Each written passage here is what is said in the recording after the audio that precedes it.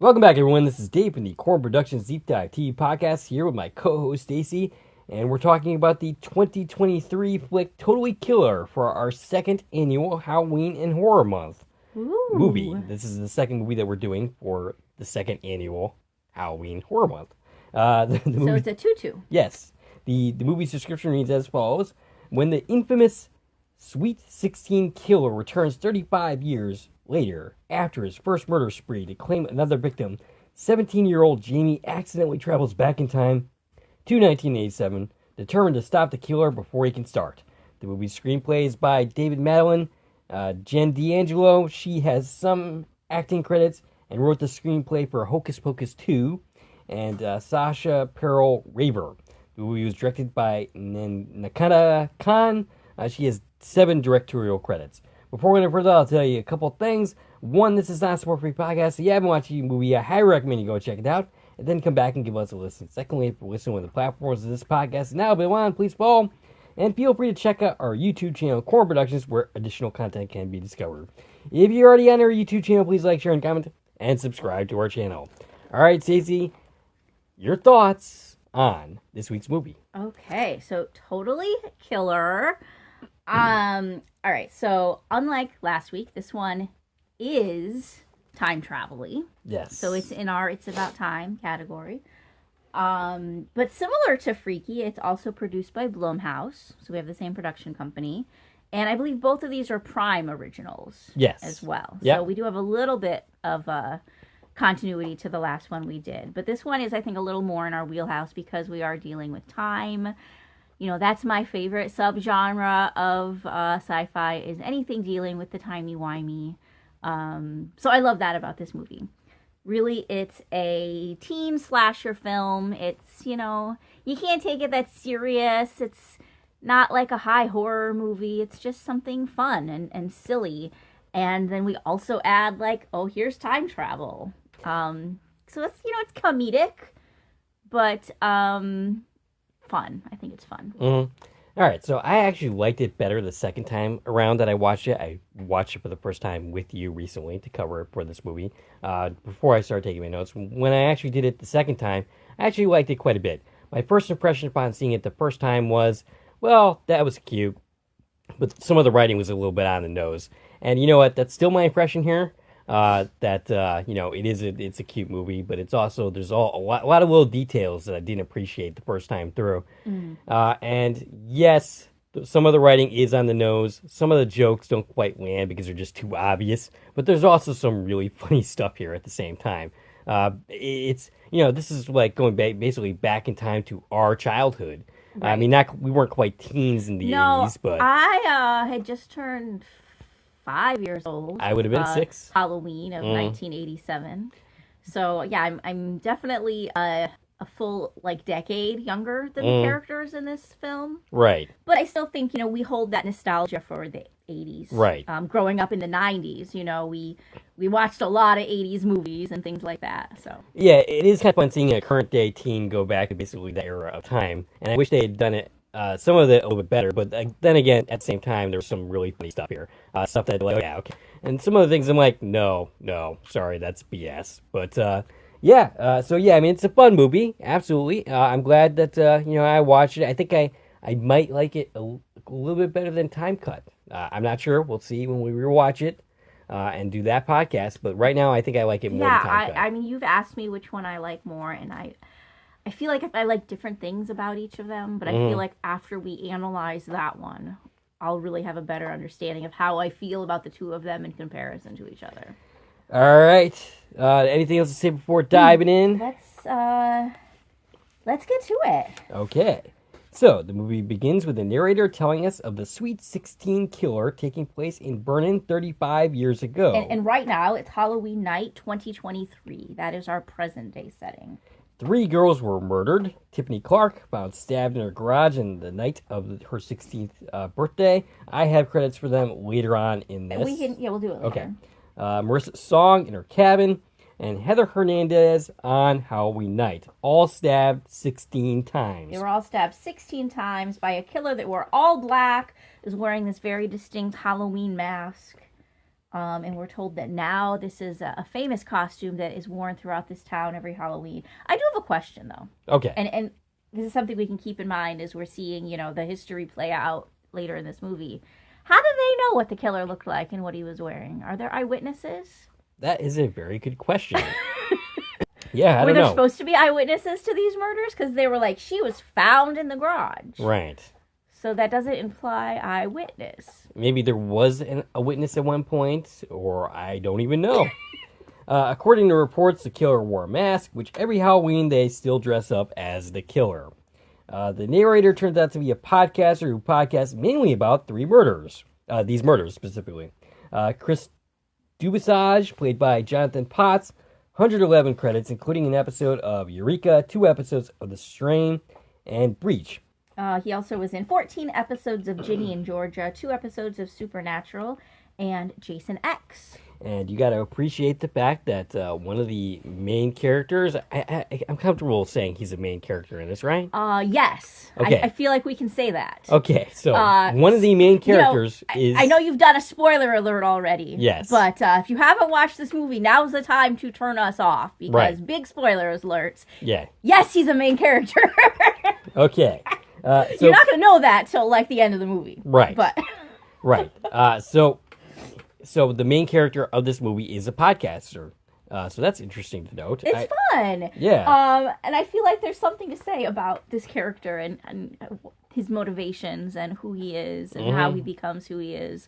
We should dive into that later. Right. Yeah, so he's leading a tour about the Sweet 16 murders with a bunch of people wearing masks of the killer. Angie, a Zataburger employee, interrupts with burgers, saying that when she thinks of a serial killer, she thinks of a killer that's killed more than just 3 people. She's played by Vanessa Persad, 9 credits, including Honor Society and the Charmed reboot, an episode of that. She also plays Teen Jen in Yellow Jackets, a season 3 character. And she is Kristen in 7 episodes of School Spirits. Okay, yes, I shout out that series quite a bit during these notes. There are a lot of people in this who appeared in School Spirits, and I think some of the writer staff or somebody in the production team also worked on School Spirits. I don't know who. Okay, Chris Dryly says, "Give it up for Angie. Want more people dead." And at this point, I would say that Chris secretly also kind of wants more people dead as well. It's funny because if you look at this, with hindsight of where we know this is going, did he already have that plan, or did she just inspire it? Okay. Like, is this girl to blame for everything that's about to happen in this movie? I mean, maybe, and not the 3 original murders. No, but the events of the movie. Yeah, that's right. If what happens to Jamie's mother doesn't happen, then she has no reason to go back in time. I mean, she didn't go back in time on purpose exactly, but she was running from the killer. Right. When that happened. Mm-hmm. So none of this would have happened. Right. If it wasn't for, right, that person doing what that person does. All right. So I don't know. Is it all Jen from Yellow Jacket's fault? Perhaps. And I don't think I've actually fully watched season 3 yet. I watched a couple episodes. I haven't managed to actually catch the entire season. So I'm not as familiar with this character as I probably should be. But we cut to our rebellious youth, Jamie, played by Kieran Shipka, 56 credits, including Carriers with Chris Pine, Twisters, the reboot, and this kind of surprised me when I was looking through her credits, like 89 episodes of Mad Men, and I think I looked at her age and the time that this series was on, and she would have been about 9 years old when that series was on. She was probably the daughter of somebody. Right. But she's playing Loud Music. Wait. Oh. I don't think you mentioned her most well-known credit. Were you saving that for me, or did you say it? And I was actually waiting for you. Okay, then you got to give me a chance to speak. Right. Yes.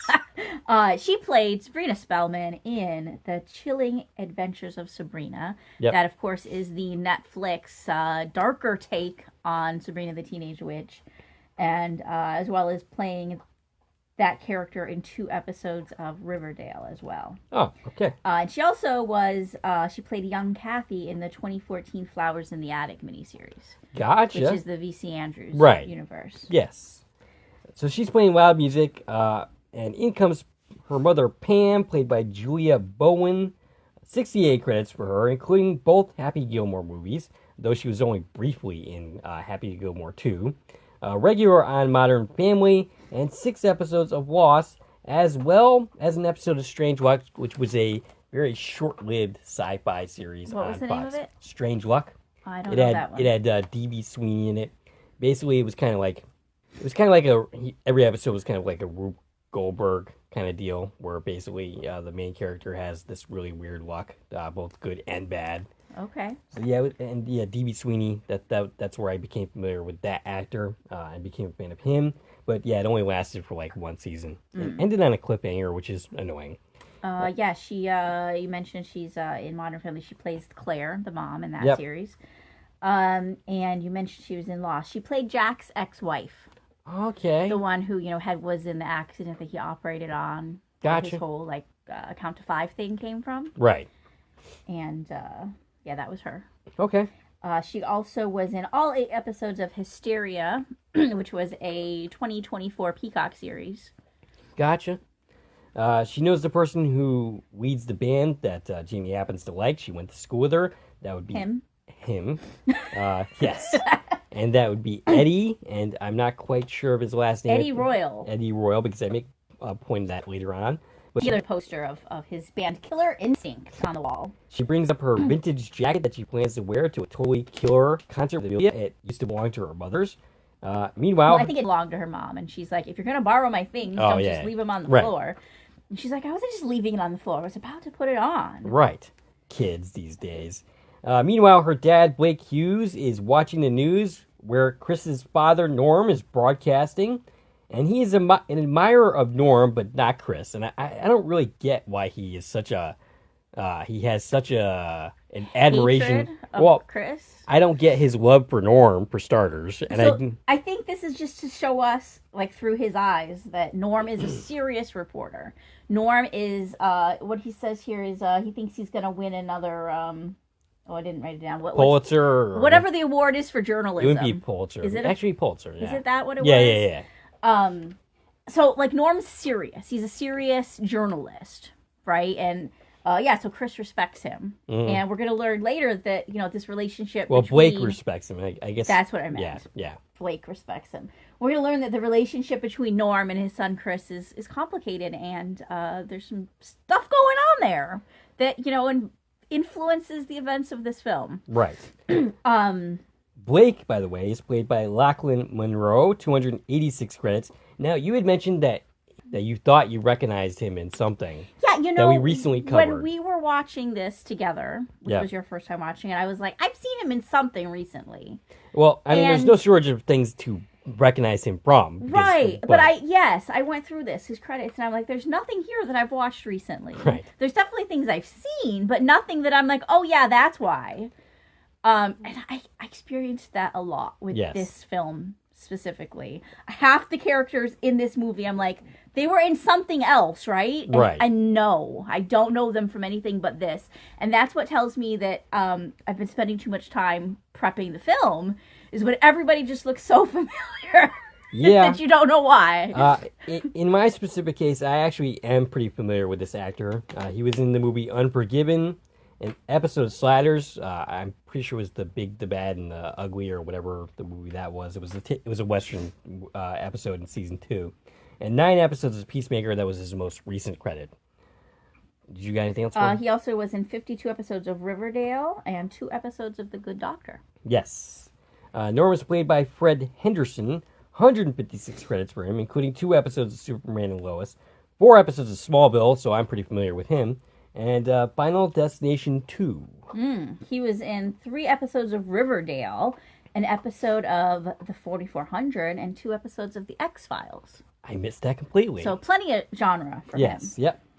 Blake is wearing a muscle shirt dressed as Zac Efron, and Pam is Molly Ringwald. Pam is nervous. Specifically Molly Ringwald from The Breakfast Club. Ah, yes. We're going to get a lot of Molly Ringwald iterations in this film. Yes. Pam is nervous about her daughter going out on Halloween because her friends were murdered on that day, and she's the same age as they were at that time. There's a reference to her mom not talking to her grandmother, which is kind of an important point. Jamie points out all the gadgets she has to protect herself, In short, she tells them to get over it. We learned she's been taking self-defense classes since she was 7, and she carries a protective crystal that her mom bought her from a psychic. So basically the gist is Pam is overprotective. Yes. For good reason. And has just spent her life in every avenue of protection, right? From martial arts to supernatural.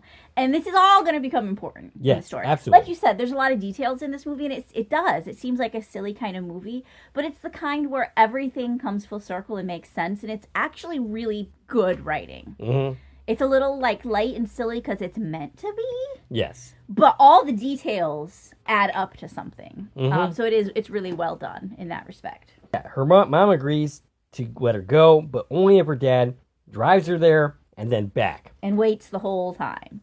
Which is also important because that means mom's going to spend Halloween night home alone. Whoa. Sam tells her that she loves her, and Jamie just makes a disgusted sound. Who's Sam? Well, you said Sam tells her that he loves her. Oh, I meant Pam.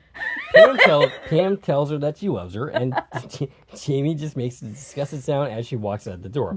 I have no idea why I said Sam, because it's Pam in my notes, but... I mean, yeah, that's... It happens. Words. Yes, words. Also during this, Pam gets a text from Chris Duvisage, the podcaster. Yes. And lies to her husband about who's texting her. That doesn't seem too good. So Jamie sits in the back. Her dad says that, sitting in the back like he's an Uber driver hurts her feelings. His feelings, rather. Jamie gets out of the car, texts Amelia to tell her that she's there, which confuses her dad and wonders, why don't you just, knock on the door? And she says, Dad, that's rude, because things are very different nowadays. Yeah, we're setting up the difference between generations here, right? And how she lives in this modern world that's very different from the 80s world that her parents grew up in. My question is, why did she even need to get out of the car? She could just stayed in the car and then... Right. But anyway, Amelia and her mother, Lauren, comes out. Amelia is played by Kelsey Mwama, 28 credits for her, including 17 episodes of Superman and Lois, Honor Society, and 2 episodes of The Irrational. She also was in 3 episodes of My Life with the Walter Boys. Lauren is played by Kimberly Hugh, 69 credits for her, including Deep Impact, 2 episodes of Forever Night, and an episode of Blacklist. As well as 1 episode of The Affair. And I saw that credit, and I knew you were going to say it. And so. every single time that show comes up, that's what you say. Yes, pretty much. Blake asks if she's doing anything fun tonight, and nope, she's going to go to work, because the job that she works at doesn't celebrate Halloween. Yeah, she works in manufacturing, I think she said. Something like that, So she has some menial job at the start of the film, Lauren. Right. And away they go. And also, we've got a conversation between Jamie and Amelia about how they got some pot gummies, which is sort of important later. Right. Again, every single line of this gets called back at some point.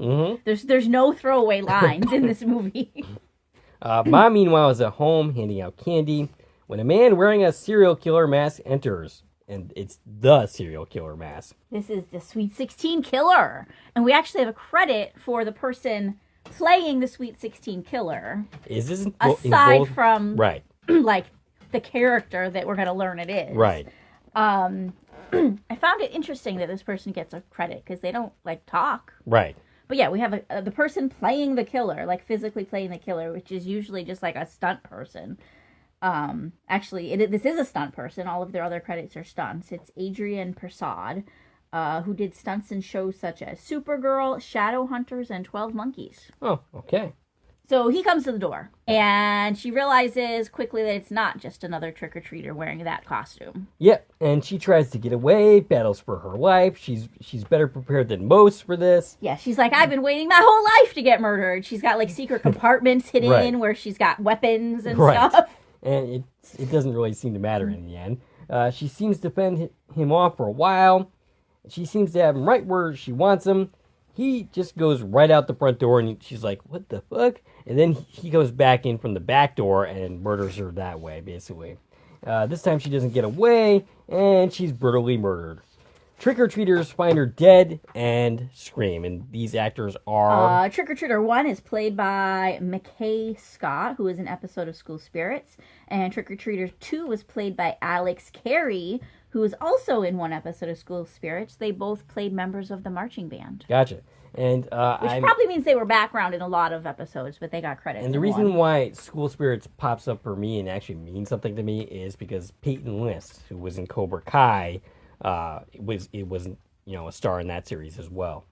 And when I was watching Totally Killer, I kept thinking of School Spirits. I don't know if I brought that up when we were doing... No, this is Totally Killer. When we were doing Did you watch the series? Yes. Oh, okay. There's another season coming. Okay. I have yet to actually check it out. I really liked it. It's a good show. Yep.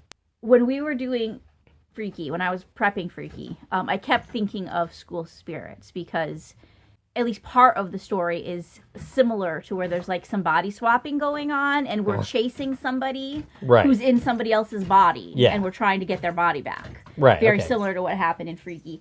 And Catherine Newton in Freaky was reminding me a lot of that lead character in School Spirits. Gotcha. Okay.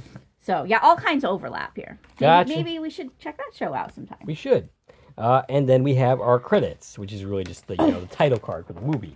After the title card, Chris broadcasts live about the murder of Pam. Who he calls his friend. And my response to this was, does Jamie even know about this yet? And we cut to her crying in her room, so she does. But yeah, they got back from the concert to find, oops, Mom's dead on the floor. Oops. Chris declares that the Sweet 16 killer has returned. All right, so I understand why he's saying this. I get 100% why he's jumping to that conclusion. But it's a hell of a conclusion to jump to. Well... How do we know that this is not some random murder? Okay, aside from why he knows... Yes. We can assume that he would spin it that way anyways, even if maybe the police weren't spinning it that way. Okay. Because, this is his whole shtick. He's a podcaster. It's Halloween night, Right. So he's going to want that to be the story, even if it wasn't. Even if nobody investigated it that way. All right, so we cut to Jamie's class, where Principal Doug Summers is addressing the class. And I'm curious why he's not addressing the entire school, but okay. And he's played by Conrad Coates, our friend Conrad Coates, who we know, of course, from Revival as... Mayor Ken Delish. Yes. 150 credits for him, 4 episodes of Star Trek Discovery, the movie To Die For, and 4 episodes of La Femme Nikita, and Revival, obviously. Revival, obviously. He was also in Dream Scenario. Oh, I did. I'm not sure if I ever knew that or not. Yeah. I tried to go for different credits than what I did last time for him. I don't know what we said last time for him. Right. We didn't know him the last time we talked about him because it was the first episode. Right. Yeah. But Dream Scenario, of course, that you talked Nicholas, to Caleb Horn. Caleb Horn about, yep. Who also is in Revival. So they were in that together. Conrad was also in 5 episodes of The Expanse. He was in an episode of Fringe and 9 episodes of Kyle XY. Okay, so, right. Again, a lot of genre stuff. Yeah. Next to him is Sheriff Kara Lim, played by Patty Kim. 30 credits for her, including an episode of Arrow, the Ron Clark story, which is, a movie I'm quite fond of. It has Matthew Perry in it, about Ron Clark, who started his own academies and went basically into the inner city to help out some kids. I mean, it's a pretty standard story, but it's done pretty well. And 9 episodes of The Expanse. She also was in 2 episodes of School Spirits. She was in an episode of A Million Little Things and an episode of Zoe's Extraordinary Playlist. And Coach Randy, who gives some useless advice, and he's pretty dumb in every timeline, is played by Tommy Europe, 69 stunt credits, including on The Last of Us. 34 as an actor, including an episode of Psych and 2 episodes of Arrow. He also did stunts in Tracker, A Million Little Things, The 100, Timeless, and The 4400. Okay, so he's also no stranger to genre. Also lots and lots of genre stuff. And I find it interesting they picked a stunt actor to play him. I wonder if he was supposed to do something in this movie. I don't know. Because he doesn't, right? No, like not only him. See this actor like here and like for a split second in the end credits. Right. Like I don't think we see him at all. No. We see more of the We see the younger version of him, but why did they grab a stunt actor for this? I'm not sure, but they did. After class, the principal and Sheriff Lynn asked to speak to Jamie. Lynn just basically comes right out and accuses her dad of killing her mom, But Jamie sees through this as Lynn has some kind of vendetta against her dad for some unknown reasons. We also learn from her that Chris and Pam were texting each other a lot. Yes. It wasn't just a stray text. Right. And they're suspicious that they were having an affair. Right. And that gave Dad reason to kill his wife. Yeah, the whole thing about, like, oh, you've always hated my dad? Or no? That is what she says, yeah. I don't get that. Where's that coming from? Like, well, I don't feel how that fits the story at all. Well, I mean, we do see a reason why in the past, eventually. Sort of. Like, I feel like they were friends. Kinda, but he also accuses her of, He does accuse her at one point. Yeah. I mean, and I didn't understand that. Like, why do you think it's her? Like, do you think that she suddenly has superhuman strength and was able to fend all you guys off? So I guess maybe if that's played out similarly in the original timeline, maybe he was always suspicious of her and she just hates him for it. I guess. I'm not sure why that makes any sense at all, but, you know, people are people. But they were friends, is what I'm getting at. Yeah, like, we're kind of led here to think, like, oh, they were always, like, at odds with each other. No, they were friends. Well, I mean, that's just Jamie talking. It's not like she actually knows the history, really, other than current day history. But, yeah. So, basically... And we learn also that her dad was the sheriff 35 years ago, because Jamie yells at her and is like, instead of accusing my dad, why don't you get off your butt and do what your dad couldn't do 35 years ago and catch the killer? Right. And that's obviously important that her dad is the prior sheriff, because we're going back in time, if you missed that. That's about what's about to happen here, eventually. Spoiler alert, this is time travel. Time travel. Why is Jamie even in school today? Well, that's one of the other things I was going to bring up, is I'm really confused about the timeline. Like, did this happen, like, the day after? Because... You would think that's when they'd be doing a, let's talk about this. Yeah, you would think that Jamie would not be going to school today, or the week, or the next couple of weeks, or that she would be out for a while. But she's just like, nope, right back in class. And not only right back to class, but she's about to go to the science fair. Right. Like, what is happening right now that you're just going on with life like normal? Yeah. Like your mom was just murdered. That's why I was really confused about the timeline. I thought maybe this was a little bit later, but no, it seems to be like right after the events. It sure does. If it's not like, and then later, there's even more timeline confusion because, but I'll get into that later on. But we cut to an abandoned amusement park. This is Billy's Boardwalk, where she runs into a man. This would be adult Lurch. I forgot to get his credit. He's played by Brandon O'Brien. Mm-hmm. He was in one episode of Riverdale and did a bunch of voice work, including Crash Bandicoot he voiced. Oh, okay. And I don't feel like we actually see adult Lurch other than this one little moment. No, that's it. I feel like there must have been a deleted scene or something. He has like a whole credit. Right. Yeah, so he's looking at her all menacing like. And it's funny because he's basically a red herring in every single timeline. Yeah, he works at the boardwalk. And like you mentioned, this is a rundown, dilapidated, like, amusement park. There's a animatronic beaver, Billy the Beaver. That also kind of confuses me because why is that thing still even on? Well, I mean, the place is open. They're doing events here. This dude works here. Oh, okay. But it's just not, like... an actual amusement park anymore? Running as an act, yeah. Like they rented it out to the school to do the science fair here. Okay. I don't really. I mean, it was story. They needed it to. Right. They needed it to still be existing. Right. Yeah. But yeah, we have this animatronic beaver, which ties us back to Freaky. Yes. Beaver was their school mascot. Oh, so that's right. We got the beavers here. Yep. And this animatronic thing is very creepy because it's broken. It like doesn't talk. It, like, sputters out words but can't get the sentence out. Kind of like me? Yes. But I love this element, the way that they use this animatronic when we jump through the timelines. Right. Like, they'll use it multiple times in this film to show us going back and forth between 2023 and 1987. Right. And I feel like it's a really nice element to be like, here it's broken, here it's working. That actually is a rather nice touch.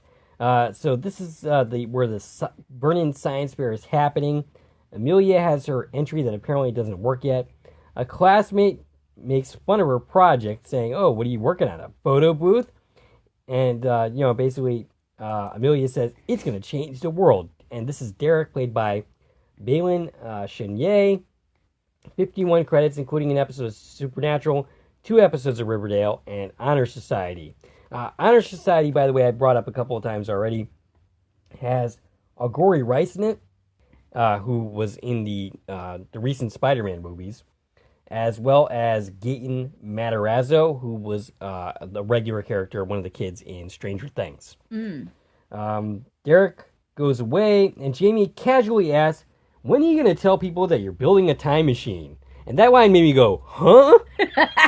Like, how is that, like, normal conversation? Like, you know. Yeah, I find the fact that she just built a time machine a little convenient in this film, right? Like, It's the school science fair, and your project is a time machine, but you haven't made it work yet. So what is your actual project? So, also, are you not considering the moral and ethical considerations of time travel? You're just casually building a time travel machine? We learned that Amelia built this time machine based on her mom, Lauren's notes. Yes. So sometime in the past, Lauren has a notebook full of ideas, and she actually invented the time machine, but Amelia's the one building it. Right. Also, if you build a time machine, do you really want to share it with all your classmates? Yeah, do you just want to be like, give it to the school? Right. The 16-year-old is very short-sighted in her thinking, but then again, that's pretty typical for a 16-year-old. She also tells us that she has to figure out the Wi-Fi aspect. That's what's holding her back. That it has to sync with your phone's GPS so that you don't get lost in time-space. Yes. So I guess that's the part her mom never figured out in the 80s because they didn't have cell phones yet. Right. So Jamie asked, does her mom know she's using her design? Nope, she doesn't. She didn't know that she was close. It's currently set for the day of the first murder in 1987. Which is October 27th. And, of course, at this point, Jamie's like, yeah. And she's, why that date? And she's like, oh, well, that's the date that, the first murder happened. And basically, if you stopped the killer back then, you could, your mom would still be alive. Yeah. She makes Amelia had this whole plan that they're going to go back in time and stop the killer. Yeah. It's kind of sad that she doesn't actually get to time travel. Yeah, nope, she does not. I think it would have been fun if they went together. Yeah, that would have been fun. Jamie heads home, and a person watches her. I'm not sure who this person is. Well, I think it's the killer. Okay.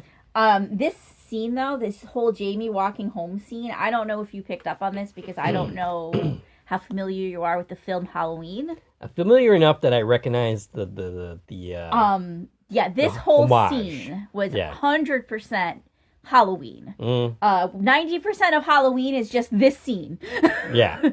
The same camera angles, where you're watching who you don't even know in Halloween yet is Michael Myers. He's credited. What is he? The Shadow, right? Boogeyman, something like that. Yeah. I feel terrible that I'm mixing up what I'm thinking, but that he was just like the Shape. Was it the Shape? What did they call him? I don't remember. You don't even know what I'm talking about. Anyways, it's the same. This sequence mirrors it perfectly. Like the whole half of what Halloween was just watching Jamie Lee Curtis's character walk down the street, and there's a shadowy figure watching her. Yep. From weird camera angles, and it's Halloween. And there's fall leaves on the ground and pumpkins. Jamie watches Chris's podcast. He asks the question, "Is the killer working in the shadows?" which sends Jamie towards an open door. But her dad ends up jump scaring her with an offer of pizza. Jamie asks... Pizza! That comes up later. Yeah. I didn't catch that. No. He likes pizza! Oh, yeah. What do you know? Jamie asks if Mom was friends with Chris. Blake says nope. Jamie mentions the text messages, and Blake says she was trying to help find the killer. He doesn't think much of Chris. He mentions that they didn't get her and him did not get together in high school. It wasn't until after college. He thanks God for that, as it wouldn't have worked. They found out that they were pregnant with her on the Quantum Drop. Which is the spitty ride that we actually saw at the boardwalk. It's still there, dilapidated, along with all the other dilapidated rides. And speaking of the Quantum Drop, that happens to be a ride that I'm pretty familiar with. It's basically like this alien thing that my daughter really likes to ride. And yeah, it brought back memories of being on that ride. You know, I've never actually ridden it. No, I actually have. It's one of the few... You know, I've seen a million different iterations of it. I think everyone has, but I never had the courage to get on a ride. I don't really like spinny. I don't like anything anymore. Oh yeah, I don't like anything anymore either. But yeah, I never even when I was younger. Did that one during where the floor drops out. I don't like heights. I don't like spinny. It doesn't seem like it. I don't like going upside down. But yeah, quantum. That's seems like it's a connection to Quantum Leap. Something. Yeah. All right. So he asked her to stop listening to Chris. My note was written wrong, and I knew it was wrong, but... It was okay to be loose with your pronouns and freaky. It doesn't make as much sense here. No. My note was just written completely wrong. So she doesn't listen to this because the next thing you know, she's meeting with Chris in a cafe, and she just comes right out and asks if he is having an affair with his mom, or was having an affair, because she's dead now. Chris denies it, saying she was just trying to find the killer. Jamie brings up that while her dad doesn't like him, he really likes his dad. Chris brings up his podcast winning awards. Do you think we should try to get into that? Yeah, Chris says that... Podsy or something? He has won 5 Podsy awards. They're trying to make this out to be a joke, right?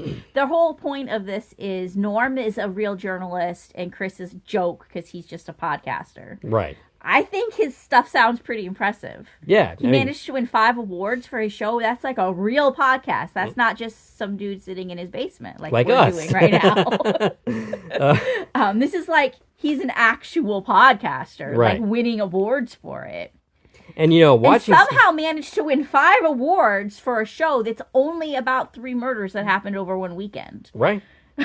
Which seems pretty impressive to me. I mean, yeah, definitely. Chris asks if her mom ever brought up the note, which got shoved in her locker, that reads, "You're next, one day."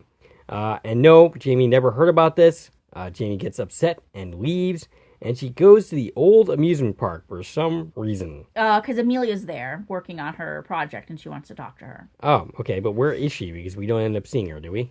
Yeah, so Jamie's going to meet Amelia to talk to her and to be like, hey, did you get your time machine working? Because we got to go do your plan. We got to go stop this. As soon as she gets to the animatronic, Amelia comes up on her and scares her. Gotcha. But then they're interrupted because the Sweet 16 killer is here. That's right. Okay, so I kind of missed even seeing Amelia. But yeah, the Sweet 16 killer goes after Jamie. She hides in the photo time booth machine, and basically the killer finds her there and stabs the equipment. Somehow it ends up activating the time traveling machine as the knife goes into the console, and suddenly she time travels back to the year 1987. She opens the curtain and finds an active amusement park. It's hopping. Yeah, and it's daytime. And we see kids dressed in... Yeah, that's another thing. We're jumping... I mean, I guess that would make sense because she probably set the time to that time. Yeah, I don't recall seeing a timer on it, though. No, I just recall seeing a date. Mm. And I've got some issues with that later that I'll bring up, too. The next time we travel. Gotcha. The kids are dressed in 80s fashion. She stops a couple people from entering the booth, both claiming it's out of order. And then she steals an out-of-order sign from somewhere else and puts it on the machine. These 2 kids, I couldn't find a credit for them. I also could not But find they both talked, so Yes. that's weird that they weren't credited. And he's wearing a federal booby inspector shirt, which she calls out as super problematic. His female companion has no such issue with the shirt. She says he likes the shirt. The photo booth produces pictures of Jamie, so it's a working photo booth on top of everything else. Yeah, so it's a photo booth that Amelia was building the time machine in. Okay, I kind of prefer the DeLorean, but I'll take it. Well, this is simpler, right? It doesn't have to move. That's fair. So yeah, the photo booth spits out the pictures, which we're going to use those pictures later, which is kind of funny. It's like, here's your pictures of you and the killer. Right. She runs into a woman credited as 80's mom. She asked, and this is Tara Pratt, 50 credits, including 3 episodes of School Spirits, an episode of Fringe, and an episode of the new Twilight Zone. She also was in an episode of A Million Little Things and an episode of Wayward Pines. And which is the show that I've compared to Paradise, which we're currently covering. Go check out Paradise and our podcast on it. Season 1 and Season 2 is coming soon. Yep. And yeah. So Jamie asked about her mom, forgetting that she isn't married yet. So she's like, I'm looking for Pam Hughes. I mean Pam Miller. Do you know her? Because of course she knows her. We're in 1987. Right. She doesn't know her, which Right. is good. I'm glad they didn't be like, oh yeah, of course I know who that is, because that would have been weird. Edie's mom offers to drive her to school, which Jamie is reluctant to do because, she could be a murderer or something like that. And the 80s mom is like, would a killer wear this? And Gloria Vanderbilt. yes, and apparently Jamie is accepting of that logic because she accepts the offer. She's got to take help from someone at this point. And it's funny because she brings up the fact that someone could be murdered, but no murders have actually occurred in this town. And Ever. And the 80s are a much more trusting time period. Which is a trope that they play with a lot here. Is Jamie's constantly surprised by just how nonchalant everybody is about everything. Yep. So she gets driven in the station wagon. This is actually one of these funny bits because it's something I totally recognize. The station wagon, first of all, the station wagon, it's filled with smoke, and she gets out coughing, and, this is very reminiscent of how it was back in the 80s. Oh, yeah. Smoking in a car without putting the windows down. Yeah, with the kids in the car. My parents didn't do that to me, but my uncle did. My parents did. Yeah. And it forever put me off smoking because I had a miserable time when he was smoking cigars with the windows up, and yeah, it was just not a fun time. But the nickname for the school is the Red Devils, which Jamie calls out as racist. This is kind of one of those on the nose type of things. Yeah, did we see what the current day school was called? No, but I'm sure it's different. I'm sure it's different, yeah. Which is a plot point in School Spirits, by the way. Mm-hmm. Literally that same thing. Okay. Yeah. All right, so she goes into the school and pretends to be a new student to a secretary who just instantly hands her a new schedule. Okay, I'm going to call bullshit on this in the sense that, no, I don't think you could have walked into a school in the 80s and just been like, oh, I'm new here, give me my schedule. It wouldn't have been like that. You would have had to have had some kind of records from somewhere because they did keep records.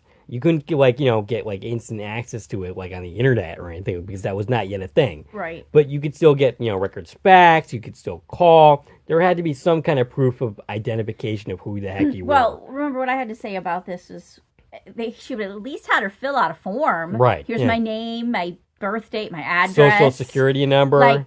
She'd have taken information from her. Right. But she's just like, okay, here's your schedule. I don't care who you are. Maybe she's just a bad employee, but she's played by Pam Kearns. 38 credits for her, including an episode of A Million Little Things. And an episode of Drop Dead Diva. Now, I have some interesting stuff to bring up here. You probably missed this. When Jamie's talking to her, she lied about her name, which I'm not sure why, because Hughes is a common name. She could have used her real name and nobody would have been like, oh my god, you must be that kid's daughter from the future because you have the same last name as him. I mean, that's the conclusion I would jump to. So I'm not sure why she lied about her name, but she said her name is Jamie LaFleur, and she's an exchange student from Prince Edward Island, Canada.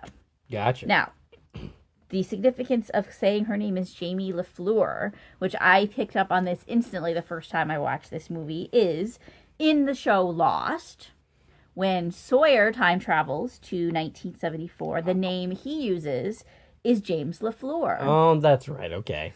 So I don't know if this was a direct nod to that. It feels like it has to be. I would assume it's not just a coincidence. I don't know if we're insinuating that Jamie watched Lost, because she seems a little young for that.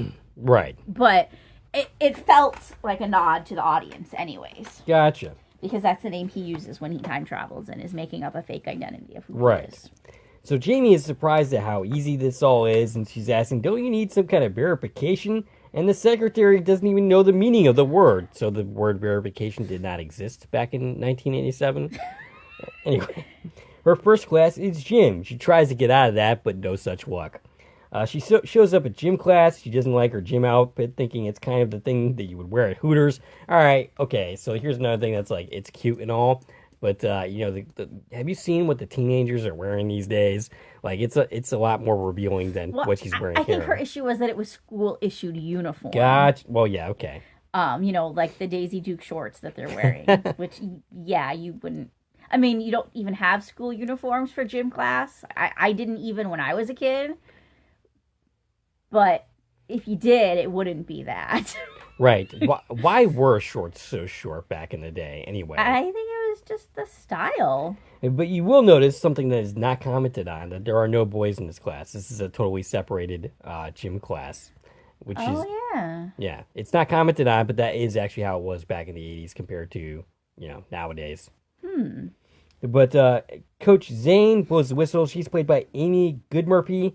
33 credits for her, including 17 credits of Animal Control and 4 episodes of Mighty Ducks Game Changers.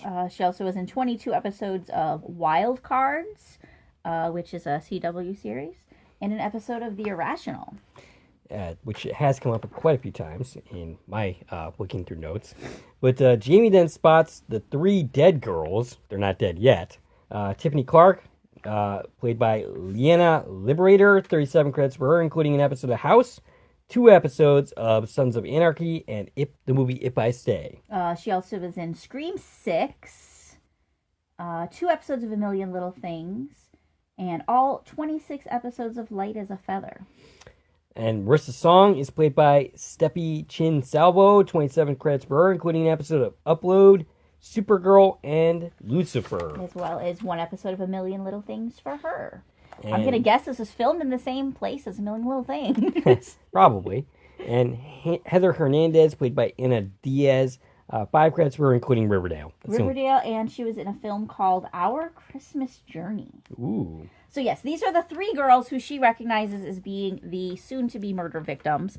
And we get our first little flash. They do this throughout the film. I actually really like this touch, where they show us them and then they show us them dead. Right. So it's like, these are them. Right. And then as we meet characters that she knows in the future, we're going to do the same thing, seeing the teen them and the adult them. On the one hand, it's kind of like, all right, so the movie is not really trusting the audience. On the other hand, it's just really well done, so I can't really complain about it. It's well done, and I like that they're holding your hand. Because, I don't want to spend the movie trying to figure out who's who. Right. Right? I like that it's like, here you go. There's a picture, this is who this person is, in case you forgot. We've met all these characters already, and here's the other actor playing them. Right.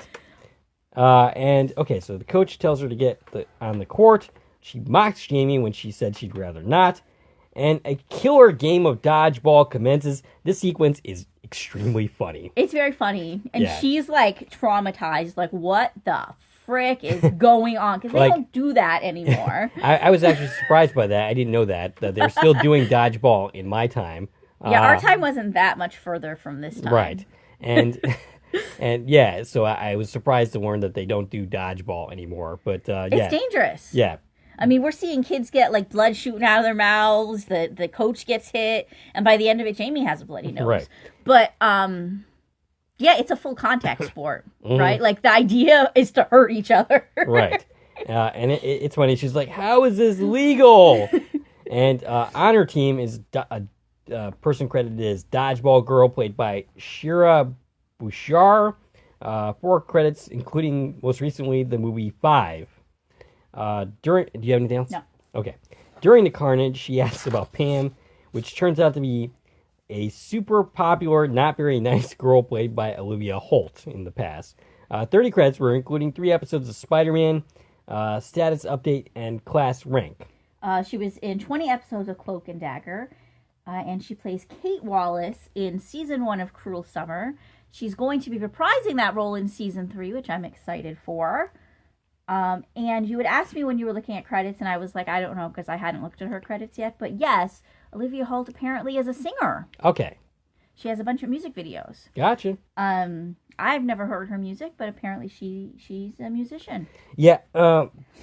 once you brought up Cruel Summer to me, I kept seeing it pop up in people's pages, and I guess that's another series I'm gonna have to check out. There's so many things. Even though you basically tell me that the first season was good, second season not so much. Well, it's anthology, so season 1 and season 2 have nothing to do with each other. But now they're working on season 3, and they're bringing back Olivia Holt's character from season 1.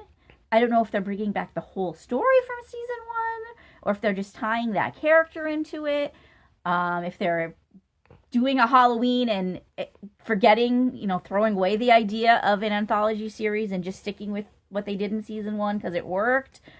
I don't know what they're doing. Without spoiling anything, could you tell me whether season 1 concluded that story, or? I mean, it concluded the story it was telling, but not like everyone's dead and it's over kind of way. Gotcha. It wasn't a slasher, like if you think of the series Slasher, yes, where it's a seasonal anthology like American Horror Story. Everyone dies at the end of every season, right? Right. So you can't continue those stories. It's not like that. It's just a story about some teenagers. Okay. And they're all, still alive at the end. So okay, they could tell more stories about these teenagers. All right, so spoiler word on that one. I love Olivia Holt. I think she's really great, and I love her in this film too. Oh yeah, absolutely. So she's not exactly as as she remembers her mom. She ends up getting a bloody nose thanks to her mother. The very first thing she does when she meets Jamie is call her a bitch. She tries to connect with her, but she's basically a mean girl and just makes fun of her. She tries to talk them out of a birthday party where one of them is going to die. Tiffany's supposed to die at her 16th party tonight. Pam says maybe she should just fuck off and die. And Jamie's like, Jesus, Mom. She's not used to this language from her mother. She's used to, seeing this saintly creature, right, and not like somebody who was actually a person back in the day. And then she covers calling her mom by calling her Mamacita. And she does which she does a few times throughout the movie. Right. But Pam surprises her by also speaking Spanish and just tells her the same insult in Spanish. We cut to Sheriff Wim and his deputy. Dennis is played by Randall Park. 186 credits for him, including WandaVision. In fact, he was basically in a lot of MCU movies. And the two Aquaman movies and The Interview. He also was in all 116 episodes of Fresh Off the Boat and the movie Strays. Brody, his deputy, is played by Andrew Barber. 48 credits for him, including The Good Doctor, Resident Evil, which recently concluded its run, and A Million Little Things. Did you mean Resident Alien? What did I just say? You said Resident Evil. Yes, I meant Resident Evil. I meant Resident Alien. And yes, one episode of A Million Little Things. Is that what you said at the end there? Okay. She tells him that there's going to be a murder at a party with underage drinking. This is actually a really funny scene. It starts off by her saying, "Have you ever seen the film Back to the Future?" And this comes up a couple of times. And they have not seen it. They're missing out. And she's like, "Okay, well, I'm basically living in that movie." Right. Maybe she should have made a different approach as soon as they said they hadn't seen the movie. Right. Which is funny because if you look at this, yes, she's kind of living that movie, right? Mm-hmm. Except instead of trying to get her parents together, she's trying to keep them apart. Right. But if you look at the time difference, it's actually pretty comparable. Traveling from the 2020s to the 80s or traveling from the 80s to the 50s. Yeah. So it really is kind of a parallel story, except, that wasn't about a killer. Right. So yeah, her pitch is basically like there's going to be underage drinking at this party. Oh, and a murderer. So you might want to put a stop to this party. Neither one of them take her seriously and don't seem like they will help her very much. And also during this, I found it funny. She picks up on the fact that Sheriff Dennis Lim is Sheriff Carol Lim's father. Yes. And, she hasn't really gotten the hang of this whole, I'm in the 80s bit yet. And she's like, "You're the sheriff's dad." And Brody goes and just starts teasing the sheriff. He's like, "Your daughter's nickname is the sheriff? That's so funny." Yeah. But, it's not. That's not her nickname, obviously. Right. But as far as they know, this is just a girl from school who knows Kara. And we do learn here that there has never actually been a murder in this town. All right, so meanwhile... And they just dismiss her completely. Right, They're going to not be helpful. Right. We learn that pretty quick. She goes back to the school secretary saying she needs to know which class Laura Preston is in. Lauren Creston. Creston. Not Laura Preston. Right. So she starts to give this complicated reason why she needs to do this, but basically, Luann just, said, oh, she's in this class. Go away. And basically just gives her the information. And remember, Lauren Creston is Amelia's mom. Yes. Who wrote the time travel journals. Right. And my notes are thankfully not screwed up for the rest of this this podcast because I go right back to saying Laura Creston right here. So that must be a typo, or maybe, this is like an autocorrect situation, and maybe it's not my fault at all. It's your fault. Okay. So she goes into the room and asks if Laura Creston is there. Again, Lauren Creston. Lauren. Creston. Okay. So no, your notes aren't right. Dang it. Did you call her Laura the whole movie? Probably. Because she's kind of a main character. Yeah, I'll fix it as I go. No, you won't. So, Teen Creston raises her hand, and she's played by Troy Leanne Johnson. That's a lot of names. Yeah, I think that's what she's going by now, but as of the credits, it was just Troy L. Johnson. Gotcha. 12 credits for her, including an episode of The Rookie, and she asked to speak to her in the hall. She also was in 11 episodes of Big Sky. She asked to speak to her in the hall, and much to her relief, she has actually seen Back to the Future. She explains the whole story about her daughter inventing time machine using her work, and being there to stop a killer, and needing her to modify the time machine to send her back because if it runs on Wi-Fi, and they don't have that in this time frame. I'm surprised that Jamie was even able to put all that together. Me too. I certainly wouldn't have. Warren accepts all of this and she's basically just like, oh, that's cool. She brings her to see the time machine at the fair. Well, first she believed her mostly because she's like, nobody knows about my journals. Oh, nobody knows I'm working on that. And then Jamie shows her her phone. And she's like, oh, yeah, this is definitely not today's technology. I wonder why she didn't try to do that with the cops. Well, I don't think it would have went very well if she did. No, probably They not. probably would have just confiscated it, and then we'd be in trouble. Laura suggests that the killer's knife might have helped make the time machine work. Jamie raises a nail gun, which Laura chastises her for, and this will actually come back later on. She suggests Warren is taking all this time travel stuff really well. Warren says, you don't try to invent a time machine without considering the possibility that someone from the future might seek out your help from the future. Which makes her smarter than Doc Brown. Yes.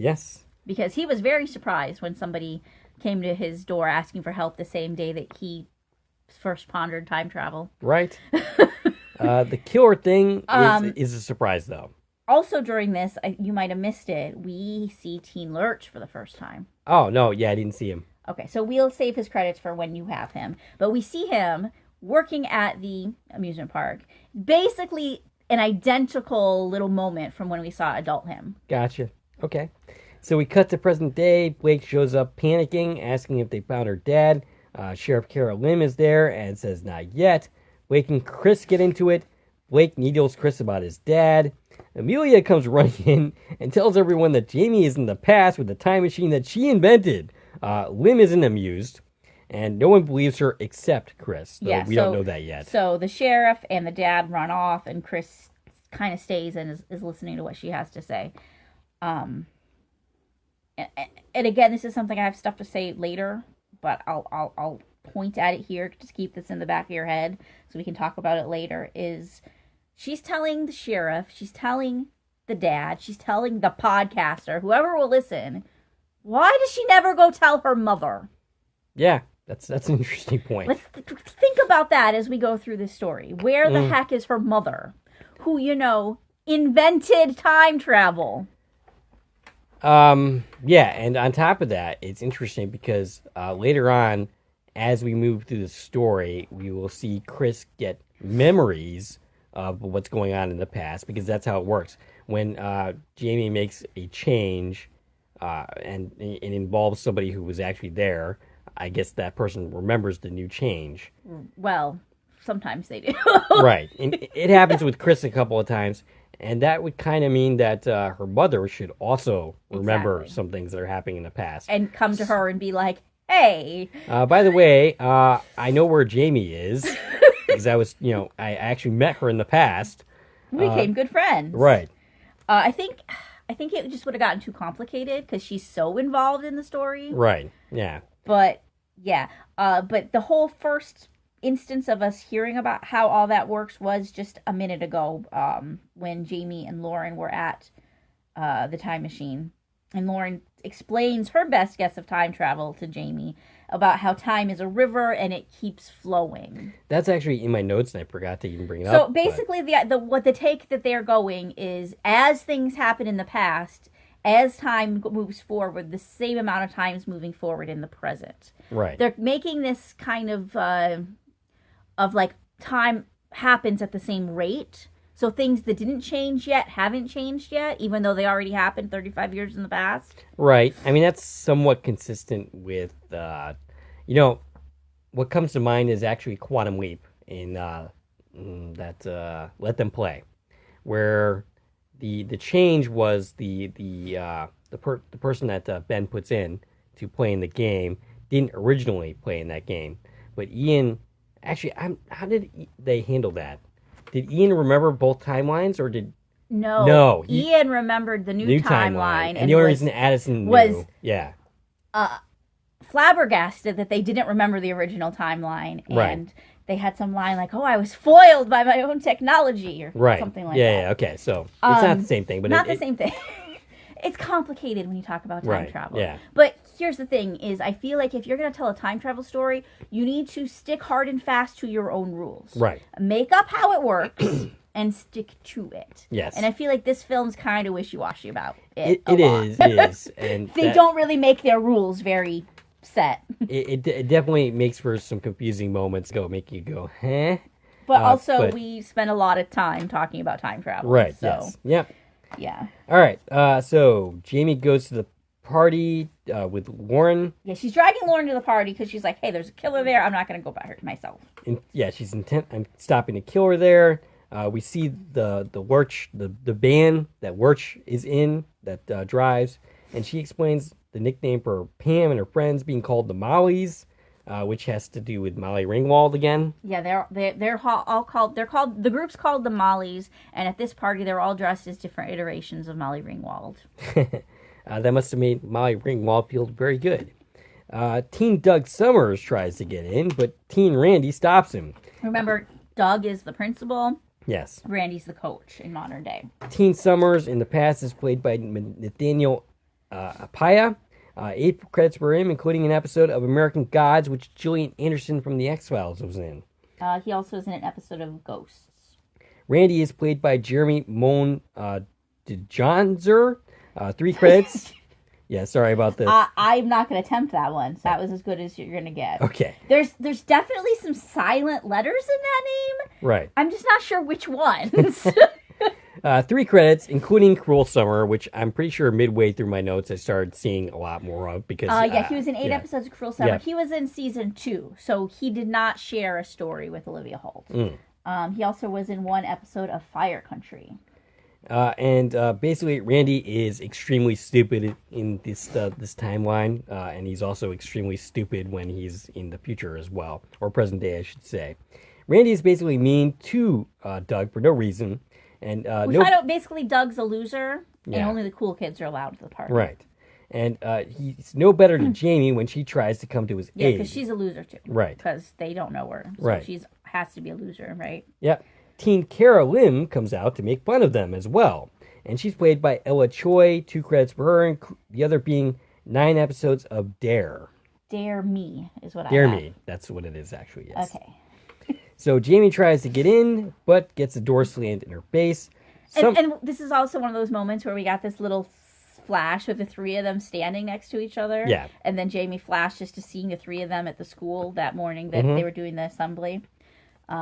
And then she like she picks up on it and she says something like, "Okay, staff," or something along those lines. She calls them teen staff or teen administrators. Yeah, something like that. Yeah. They definitely want to make a point of you knowing who the heck everybody is. So Summer says he might know another way in, and then we cut to him trying to climb the fence rather pathetically, by the way. His attempts are extremely pathetic, and it's kind of it's interesting because what we see of this character later, I guess I won't spoil it now, but This moment is definitely interesting when you take all that into account. Right, because he's able to, like, climb on roofs and through windows and... Right. Like, was he just pretending he couldn't get over the fence here? Is he playing dumb? That must have been an act. Absolutely. And it also makes me wonder about the original history. Right. Like, how did he get in? Obviously, he got in. Right. Somehow. Maybe he didn't pretend to be bad at climbing over the fence. Because he wasn't trying to unimpress. Yeah. I mean, basically, that's what he's doing here. We came up with that word at the same time. That was awesome. He's trying to unimpress them. Right. To make himself not look suspicious, maybe. Right. Yeah, maybe. Summer knows facts about the place that Jamie is pretending to be from, which is funny. Prince Edward Island. Yeah, and Jamie suggests Summers just give them a boost over the fence, and after that, she will come out and get him out front. Let him in the front door. Right. So she's she was never going to do that, by the way. No. So she's looking for Tiffany, but instead spots a muscular dude that she's super impressed by until she realizes who it is, and it's her dad. Oopsie. Blake Hughes.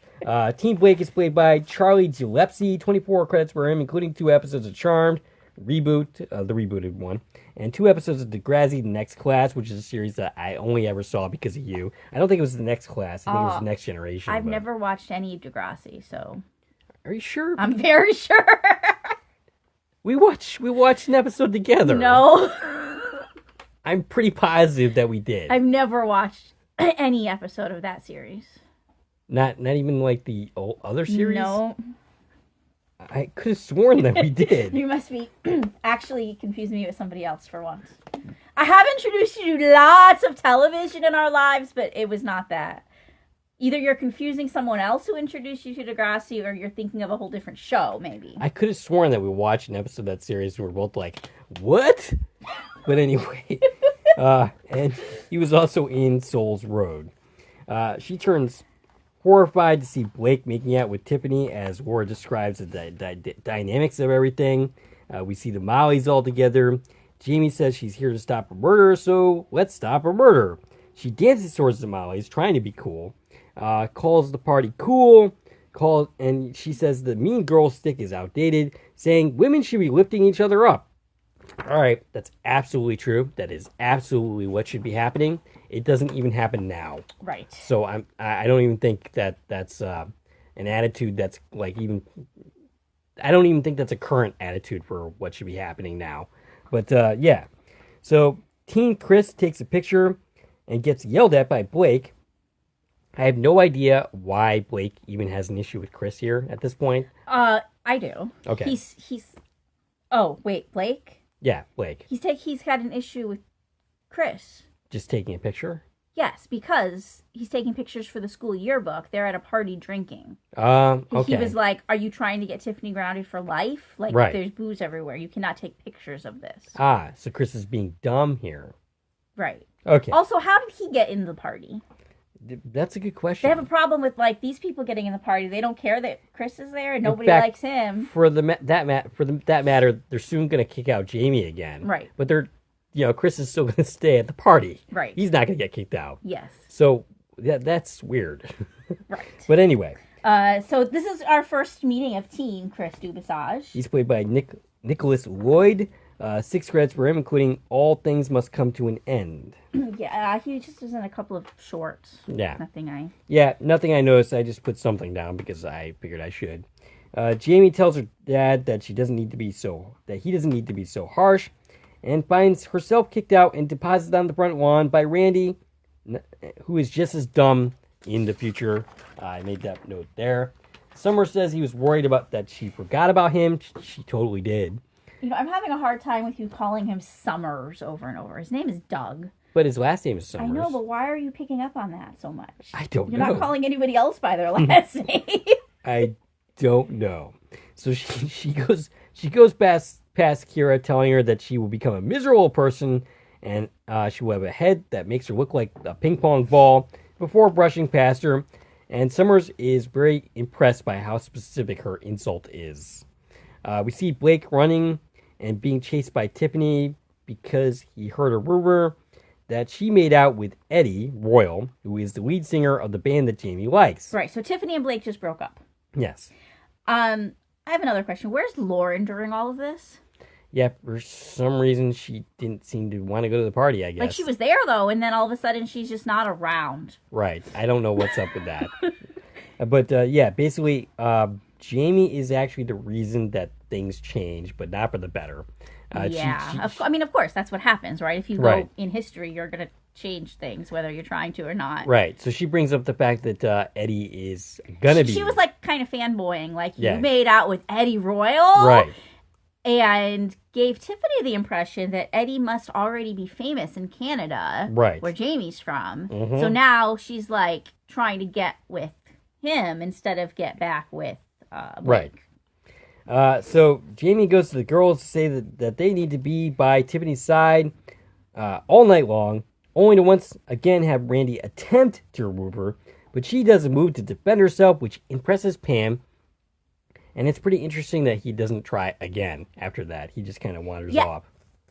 It's very interesting to me that after this, Jamie successfully has infiltrated their friend group. Mm-hmm. Like, for no reason other than Pam respects her a little bit. Right.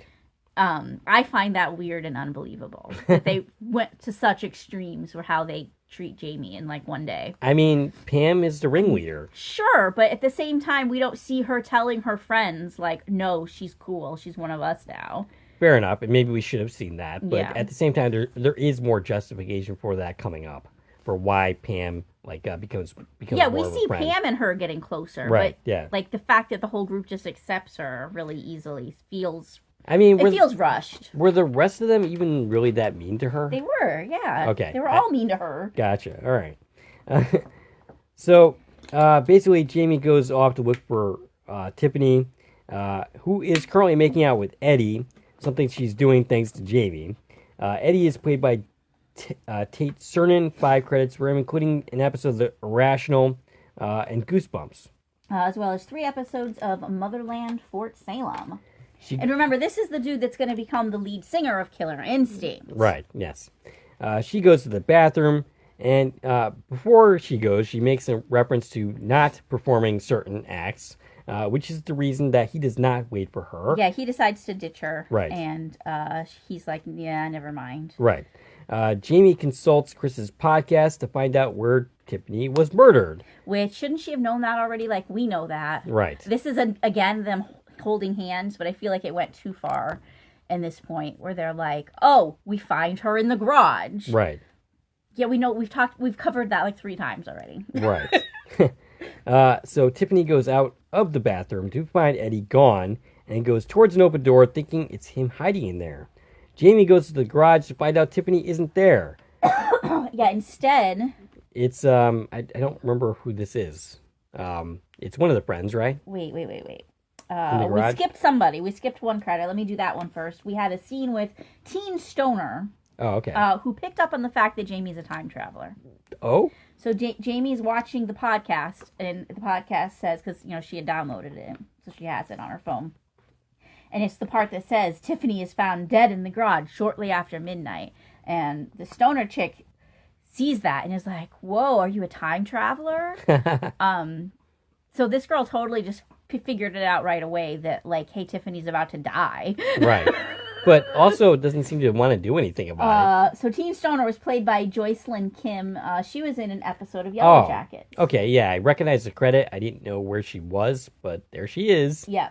And so then she goes to the garage, and in the garage is Marissa. Okay, it is Marissa. Making out with Cute Guy. Played by Kevin O'Shea. 8 credits for him, including Kung Fu and Charmed, the reboot. He was in 8 episodes of Davy and Jonesy's Locker and How to Murder Your Husband. Okay, did you ever watch that series? No. Okay, so Adam does not have to worry currently. I think it's a movie. Okay, so yeah. But all right. Either way, no, I didn't watch it. Okay. Maybe you can watch it later and get some tips. Okay. But anyway, Tiffany decides that boys do not chase her, or she doesn't chase boys chase her. So she says, I'm just going to lay on the bed. Jamie realizes she's changed history because Tiffany is not at the garage. As Tiffany beckons Eddie out, instead out comes the killer. And she thinks this is some kind of like kinky thing. Yeah, she thinks it's Eddie wearing the mask. who then promptly stabs her 16 times, which no one can hear because of the loud music. Right. Jamie runs by Pam calling for Tiffany, but it's too late because she is very dead. Pam and her discover the body. And note that Pam notices her like freaking out and looking for Tiffany. Yes. And that's going to be important because Right. somebody needs to believe that Jamie's not the killer. Right. Because if you think about it, Jamie's pretty suspicious in all of this. Yeah. She doesn't help herself very much. Sheriff Lim is out on the lawn. The one in the past, not the current day sheriff. Jamie, basically, he is interrogating Jamie, but is backed up by Pam. Sheriff says no one moves, but people run off anyway, including Pam. Jamie chases after her. Pam says she didn't even like Tiffany. Pam asks how she knew she was in danger. Jamie claims to be a psychic. She tried to stop it, but she couldn't. Maybe with Pam's help, they could stop the rest, which is news to her, because she's like, wait, there's going to be more. And she ends up presenting her with a psychic crystal, and Pam declares it legit. And, of course, this is the psychic crystal that she got from Pam in the first place. Right. So in the future, Pam's going to buy it for her daughter. So, and, this was intuitive of Jamie, and it worked out, in her favor that teen Pam is going to buy into that also. For a minute, when she showed it, I thought Pam was going to be like, yeah, right, I don't believe in that stuff. Right. But apparently she did. She was all over that. So she totally buys that Jamie is a psychic because of this crystal. So they go home and watch RoboCop when one of the guys is being blasted by a machine. This is actually a pretty funny scene in that movie. It's also very brutal. That movie definitely earned its R rating. Pam asks if the machines are going to kill them all. Jamie says no, they just rip apart the fabric of society via TikTok and TikTok dances. And basically like, oh, the robots are going to make us dance or something along those lines. Jamie predicts the next victim will be Marissa the day after tomorrow at the cabin in the woods. Okay, so she says this to Pam. Yep. And then later, Pam is not going to realize, hey, we're going to a cabin in the woods. Pam's kind of stupid. She is kind of stupid. She'll eventually put it together. Right. It takes her a while. Right. Jamie asks about enemies. Jamie says, I'm sorry. So Pam says no one. And then goes off on this long list of people that she's insulted. Including Fat Trish is on her list. Right. Which we're going to learn a lot more about Fat Trish later. And then we meet Pam's mom. So the girls are, and this is Pam and Jamie and Lauren are all hanging out in Pam's basement. We meet Pam's mom. Pam is very, very ridiculously rude to her mom, yelling and screaming at her for checking on them. Yeah, basically she goes downstairs and, are you girls all right? Do you want some pizza or something to drink? And, Pam is irrationally angry about this. And it's very weird. And, Jamie is there observing this behavior. And, this is basically Jamie's grandmother. She's played by Eliza Newberry. 55 credits for her, including Double Identity, Agent Cody Banks, and an episode of Charmed. She's also in an episode of Fringe and 8 episodes of When Calls the Heart. And Jamie says she shouldn't talk to her mom like that. She wishes she had a better relationship with her mother, which is, of course, the person who's sitting right next to her. Right. And I think maybe that watching her be irrationally angry towards her mother just kind of clicked something in her mind. And also, of course, the fact that her mother is dead. It's all kind of coming together how she treated her own mother. Right. Which is maybe not... And then not... also she had this realization of like, oh, wow, no wonder Grandma doesn't come over for Christmas. Right. Or something like that. Yeah. And yeah, so she gives this whole speech about like her mom and, never knowing when it's going to be too late. And Pam's just like, we do not want to hear about how you love your mom. And and it's funny because, of course, that is her daughter. And she's basically like, yeah, sorry about that. Lauren ends up throwing out Randy out as a suspect. Pam does not think so because he got rejected by all of them. Or she's basically like, no, he loves all of us. But then it comes out that each one of them, he asked each one of them to go to something with him. Oh, did you catch Homecoming or prom or one of those. Right. And he rejected them all. And basically like Pam is like, oh, do you think I should date him? Because then he won't kill me. And And then, basically she reveals, no, you're going to end up with Blake, which of course is a total slip. That was an oopsie. Yep. Because remember, we're trying to not get them together so they Right. don't ruin it Right. and unalive her. Pam is excited about this. She's just like, yeah, I'm going to go sleep with Blake. But Jamie says, not till college. No. And she'll be continuing to do that for the rest of the movie. And as she drops in a comment at this point that they have to have an important moment on the quantum drop. Yes, that is actually an important comment. Yes. So Amelia, in the future, tries to reconstruct her time machine. Chris happens upon her. I mean, he basically has been stalking her at this point. Chris realizes he remembers a murder wrong, and she brings up the Mandela effect. Yeah, so basically Chris remembers Tiffany dying in the garage, but the new evidence says that she died in the waterbed. So I was really confused by this. Like, why does Chris not remember the original time, or the new timeline? Why does he remember the original timeline at all? Right. I mean, Okay, so first of all, I appreciate them bringing up the Mandela effect because reasons. Right. You introduced me to the Mandela effect. I have a lot to say about Mandela effect. Are you going to say it now? No. Okay. We would get very off on a side quest if I did that. Okay. But Amelia is taking the stance that, the Mandela effect is changes made because of time travel. Like, she's putting that all together, right? But, okay, so here's what I was saying earlier. Movies, like, time travel's not real, right? So movies can make up the rules of time travel however they want. Well, how do you know time travel? They're allowed to make up the rule that you remember the original thing and not the new thing. Right. Except they're not consistent with it. No. He seems to be the only character that remembers. Which does not make any Which damn is sense. what breaks it. Right. I'd be okay with them saying this is how it works. We all remember the original history, but the evidence says something else. That's Mandela effecty. Sure. But the fact that the other parents don't seem to know anything that's going on breaks that. Right. From being like, this is how it works. Right. Now, one thing I could sort of maybe defend it is to say that Chris knows about time travel. Like, he's been told this is happening and he believes it. So maybe he's more receptive. Right. To knowing both. But I don't know. It doesn't fix it. It kind of maybe there's something there of why him. Yeah, I don't have a justification for this. It's just really kind of confusing in the way they present it. And yeah, like, if Chris is remembering things, why aren't other people? For instance, where's Lauren? Exactly. Lauren should be here. That's one of my big things, is where the frick is Lauren? Right. She's absent all the time in both timelines when she should be there. She's just not around. Yeah, she conveniently disappears and reappears at, when it's convenient. Chris brings up the pictures of the night of the party, and then they see Jamie and realizes that a message that was written somewhere is meant for Amelia. Do you remember what the message was? Okay, so there's a message in one of the crime scene photos that says, "Stab the machine," and it's signed J. Yes. So it's a message from Jamie to Amelia telling her how to get the time machine to work. Gotcha. That it needs an extra metal conductor. But it was taken as, we're told that in the past they thought it was a mnemonic ruin, and that led them to thinking Eddie Royal was the killer because he's a rock singer. Right.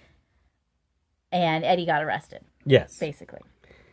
Yeah. Now, we know for a fact that Eddie's not the killer in 2023 because Eddie was performing a concert when Pam was killed. I mean, we also kind of know that he didn't kill Heather either. I mean, it's insinuated. Right. But that wasn't Heather. That was Tiffany. Tiffany. Right. I mean, it could have still been him. Right. Like, we didn't see them at the same time. No. But we know for a fact he didn't kill Pam because he was literally singing a concert that the daughter was at. Right. Yeah. So Norm reports in the news that they suspect Eddie, Blake, and... Oh, wait. I don't know if you said this part or if we skipped it. They look at the photographs. Well, you said... I did. You know that the ruin part, but they look at the other photographs. Right. I also mentioned that. They look at the pictures from the yearbook. And they realize that Jamie and they see Jamie. Yeah. Did you say all that? I did. I was too busy backtracking on the other part. I have something to say about the photos themselves because I'm a dealer in ephemera and photographs, and 1987 prints, that's not what they would look like. Okay. We are looking at a stack of 4x6 glossies that are very 90s, mid to late 90s is when you would have seen those. In 1987, we either would have been seeing square photos or 3.5x5s, and they would have not been in glossy, shiny like that. They'd have been a much duller color. Gotcha. All right, so Norma's at the school. They, like I said, they suspect Eddie. Blake and Pam are now actively flirting. Jamie wonders if she accidentally made it so that she doesn't exist, would she just like fade out and disappear like Back to the Future? Laura says nope. That that's they got that wrong. She right. says. How would she know what they got wrong? According to her theories, right. which I mean, we should believe her because she's the one who invented time travel that works. So she basically says that she would go back and have no life to go back to. Yeah, she'd go back to a world that she was never born into, but she herself would still exist because she already exists. She would just be kind of displaced in time. Because that's so much better. And then she's like, "See you at lunch." And Jamie approaches the Mollies. Randy acts like Randy. Marissa makes fun of her jacket. Pam says she likes her jacket. Fat Trish is dead due to a car accident. That's what we learn here. Basically that she was drunk and driving. Randy claims to be a better driver drunk than he is sober. And basically Jamie's like, no, you're not. And so basically she's all like anti, drinking and driving. And they're like, and Blake is basically like, that's what a chick would say. Yeah. And they all go off. So I have talking about this whole like what would happen if she messed up her parents getting together and messed up her being born thing. And the way Lauren explains it is, you still would exist. You'd still be the same person you are. You would just go back to a different world, right? Right. So I'm going to skip ahead to the spoilery end a little bit because this is where these thoughts hit me and I was trying to make sense of it. Okay. So we don't do that, right? We do it in another movie. We don't make it so she doesn't exist. Right. But she goes back to a world where her whole life was different. Yes. But she's still her. Yes. But she's still the version of her that existed there. So I feel like the way they explain this, there should have actually been two of her now. Like, should she not have gone back and Colette exists? Well, you know what's really funny is that actual ending is what you just described is what happens in Continuum, the series, where there ends up being two people at the end. So, yes, I would think that she would go back in time and there would actually be... Like, based on the way Lauren's explaining this, like, you'd still be you, but you'd be in a different world. So why is she not just in that different world here, where that other her exists also? Especially since she traveled back to, like, a day before she left. Right. So there should be two versions of her anyways. Yes. And that version of her is not going to time travel. Right. You know what I'm saying? I know what you're saying. Like, there's something off here between the way Lauren's explaining this and the actual ending we get. Yeah. Yeah. I mean, unless they're saying that version did end up time traveling, but then she wouldn't be time traveling yet because we're earlier than we should be. We went back to Thanksgiving. We went back to Halloween morning. And in fact, basically this is a paradox because she has actually no reason to go back in time. Right. So, yeah, the ending is a little bit confusing. So what happened to the Colette that grew up with the brother in that whole life? Because it wasn't her. I don't know. Maybe she's off somewhere else doing some... Maybe she's got a concert. Did she poof out of existence? I don't know. Like, our girl wasn't going to poof out of existence, but the other one will? Because that's kind of sad. Yeah.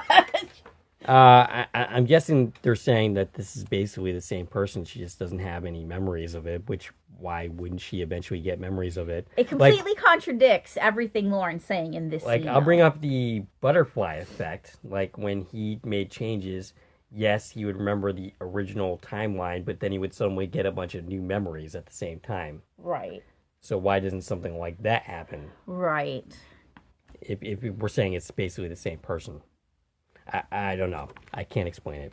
But yeah, where the heck Sorry. am I in my notes? So Jamie's looking at the note that Yes. she thinks was left in her mom's locker at some point in the future. Yeah.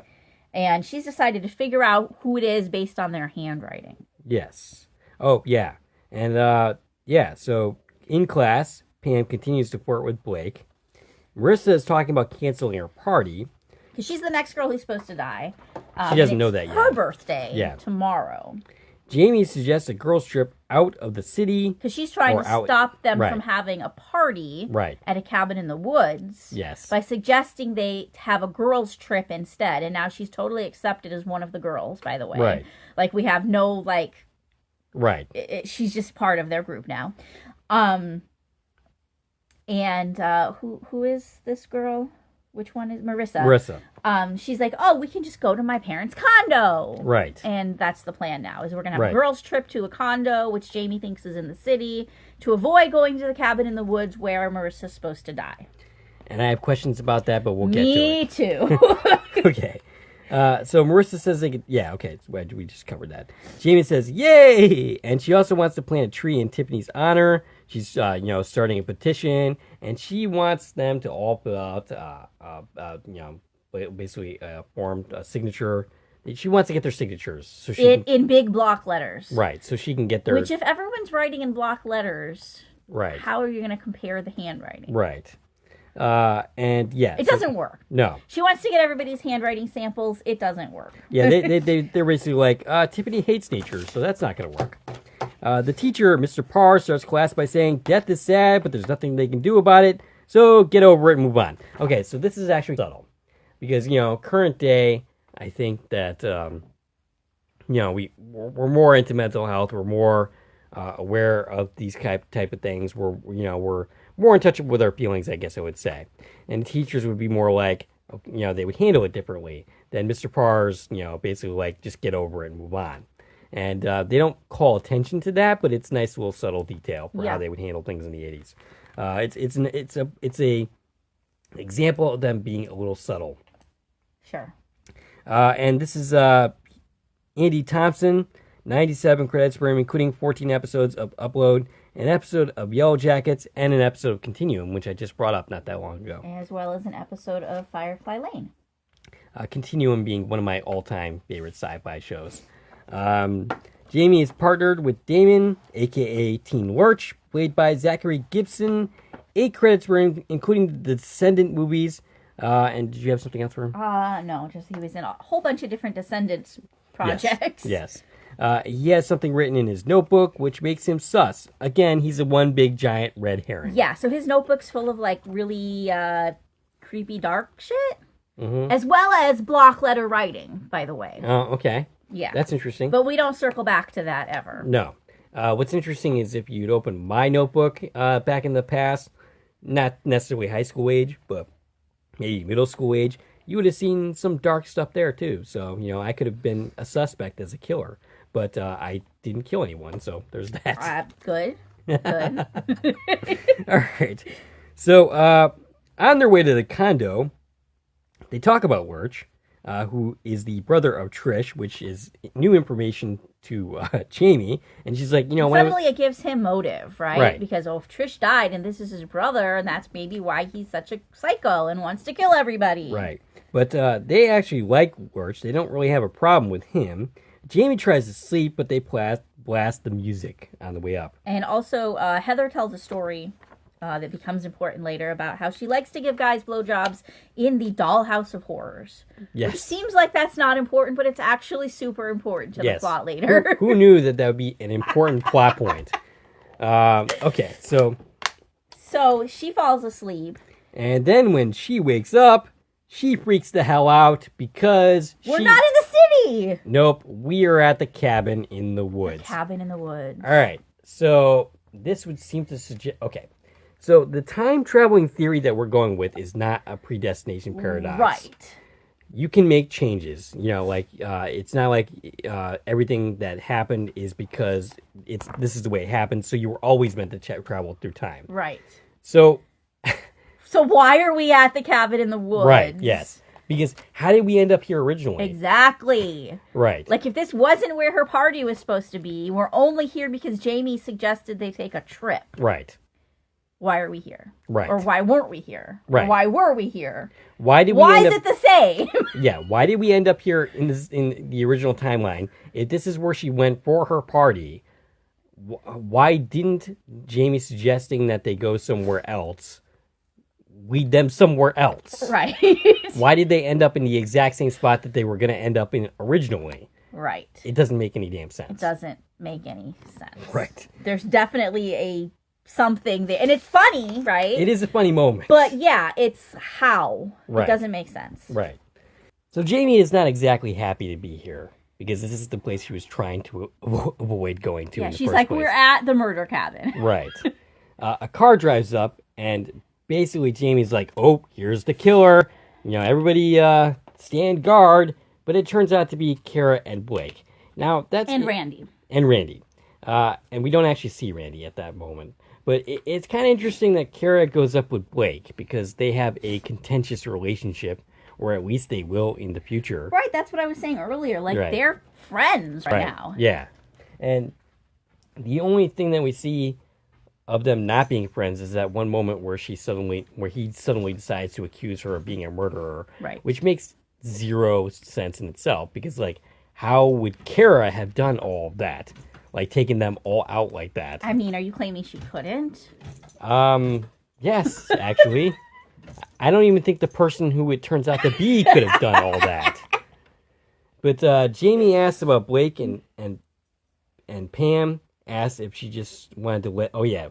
Jamie's, like, complaining that there's guys here. And basically, Pam is like, what, do you want to les out all weekend? And basically, you know, Jamie's like, ew, gross, but, you know, at the same time, you know, there's nothing wrong with gay people. It's just, no, I wasn't planning on lesing out. I mean, she was ew grossing because that's her mom. Well, but yes. She can't say that. Right, of course. So, the party ensues. Randy is there. Jamie tries to lay down the rules. No one goes anywhere alone, and no one goes outside. And Blake says, let's get naked in the hot tub. And they all go and do that. And at no point does, Jamie freak out at the fact that her dad is getting naked in the hot tub. Right. Right. She doesn't, and later he gets out of the hot tub and he's probably naked and she doesn't make any comment about that either. That's a good point. I mean, I guess they didn't really need to make it, but still. Yeah, everybody's in the hot tub except for Jamie and Kara, who are just kind of hanging out on some chairs talking. And Kara tells them that she needs to calm down. Jamie realizes that she ate 5 pop brownies, but the weed is basically crap in the 80s, apparently. Yeah, it's not affecting her at all. Right. But she realized everybody else is super high right now, which is not great. Right. Jamie lures everyone back inside with the promise of pizza. She tries to put a stop to Pam macking on Blake, but Randy basically shuts her out of the house, which he does quite often in this film. Inside, Pam offers to make Blake a pizza, saying they could improvise. Jamie couldn't get back into the house. She tries to get Kara to help her in, but no such luck. She's still looking for a pizza. Pam cuts herself, and Randy tells her to claim she was in a bike accident. Specifically to lie to her parents, because she was like, what am I going to tell them? Right, yep. Which comes up again later, believe it or not. Yes, it does. Marissa makes an awful lot of alcohol. She puts about 99% vodka and a splash of juice in a cup. Pam and Blake make out, and actually, I don't even think this is Marissa. I think this actually That was Marissa. It is Marissa? Okay. Yes. Pam and Blake make out, and Pam finally gets wise to what's going on. She's like, oh my god, she said that Marissa was going to die in a cabin, and we're in a cabin. Yeah, she suddenly realized, like, the whole thing. Right. Of what Jamie's trying to do is prevent a killing. Randy tries to get Heather to play beer pong, but she's just dead, passed out. She's not dead yet. She's not dead, no. She's passed out. Yes. My note here is she's just dead out. Yeah, well, I mean, that she will be soon. Yes. The killer goes after Heather as Jamie desperately tries to stop it from the outside, and Heather just continues to sleep. Blake and Pam barricade themselves in against the killer as Randy, basically, Randy and Marissa get it on. Yeah, they're going to the hot tub. Yep. Jamie gets to the window and tells them the killer is after Heather. And she gets in with Blake and Pam. Pam and Blake, yeah. Yep. Heather wakes up and runs screaming and ends up falling down the stairs. The killer starts to stab her. Blake tries to break up the killing, but gets stabbed in the shoulder himself. And this is, a very tense scene because, at this point, both of Jamie's parents are in on trying to stop this killing. Right. And this guy is basically pulling off Matrix moves, and he's basically doing a lot of battling off all these teenagers. And again, I don't think the person who's responsible for all this, no matter how many self-defense classes he takes, could pull this off. Taekwondo. Yeah, or something like that. Yeah. So Jamie attacks and is only narrowly avoided being killed by Pam's intervention. The killer does this Matrix-like move to avoid being hit by Blake, and then he ends up escaping. Jamie determines that Pam is still alive, but Heather is very, very dead. We're at the sheriff's office now. The kids are all there. Jamie suggests to Wim using DNA to find a killer, which just makes him laugh. He's basically like, what the heck is that? They don't know what DNA is yet. And, I had asked the question, okay, well, when did they discover DNA? Right. And you did find an answer. We did some research on that. Yeah. It was earlier than this in 1986, but it wasn't used for, this purpose yet. Yeah. And it certainly wasn't on a worldwide database she suggests until I didn't write this down, but I want to say 94 or something like that. So later. So I'm very curious how they ever solve crimes without DNA. They did. Yeah. I bet a lot of the wrong people got. I'm sure. And I wouldn't be surprised if a lot of the wrong people are still caught and brought to jail. But yes. And Lurch is suggested as a possible killer. Blake randomly accuses Kara for no reason, which pisses her off. Well, I mean, there is a point that we didn't see her during this sequence. Sure. We accounted for every other person. We did not account for where is Kara. Her story is she was hiding in a closet, but even we, the viewer, didn't see that. Right. Jamie reveals that Marissa was supposed to be the next victim. Pam says she's psychic, and Jamie says, not anymore. Right, because things changed. The wrong person died at this party. Mm-hmm. Let's talk about that for a second. And I don't have notes on this, so this is straight off in my head right now. What changed? How did it change that we killed the wrong person? Well, they shouldn't be here in the first place. But they were here. Right. In the original history. Right. I mean, we don't know if all the same people are here, but we know this is where she was supposed to die. Maybe more people were supposed to be here? Maybe. But I mean, just Jamie's presence alone must have changed the order of events. Yeah, I don't know how exactly, but we don't have really any detail. How did Heather end up getting stabbed instead of Marissa? I don't know, because for however Jamie ended up shaping events. Marissa is in the hot tub with Randy. Right. So maybe that wasn't supposed to happen. Right. Because maybe Pam's supposed to be with Randy right now? Maybe. Because we know Pam and Blake are only making out because of Jamie. Right. Yeah, that's probably what changed. So she changed where they are right now. Yes. So maybe that was enough. Yeah, maybe. Sorry, Lily. So Norm ends up reporting on the new murder. Jamie laments that she only managed to change the order that people die in. So far, she's accomplished nothing. Laura has rigged up a time travel device that doesn't work, but does give a signal to Jamie's phone. So she basically invented a Wi-Fi device? No, they don't have the Wi-Fi. She invented the other part of it. But she created a signal that goes to her phone. No, the signal came from the news truck. Okay. Did you not pick up on that? No, I didn't get it. Okay, so they've realized during this scene that the news broadcast, so the news is being broadcast, the truck's there sending the signal or whatever. So that is a Wi-Fi signal? It's acting as a signal for the cell phone. Okay. At the same time. Gotcha. Cell phone taking. Basically, they've discovered that as long as they're next to the van while it's broadcasting, her phone gets the signal it needs to do the timey-wimey thing. Did you say podcasting? Did I? I don't know. It sounded like you said podcast. Broadcasting. That's the word. Broadcasting. Okay, so, all right. And basically, Eddie Royal is being interviewed by Norm. Yeah, so he was let out because somebody died while he was in custody. Right. So now they know he's not the killer. And Norm's only takeaway from what Eddie has to say is men showing emotions. Fascinating.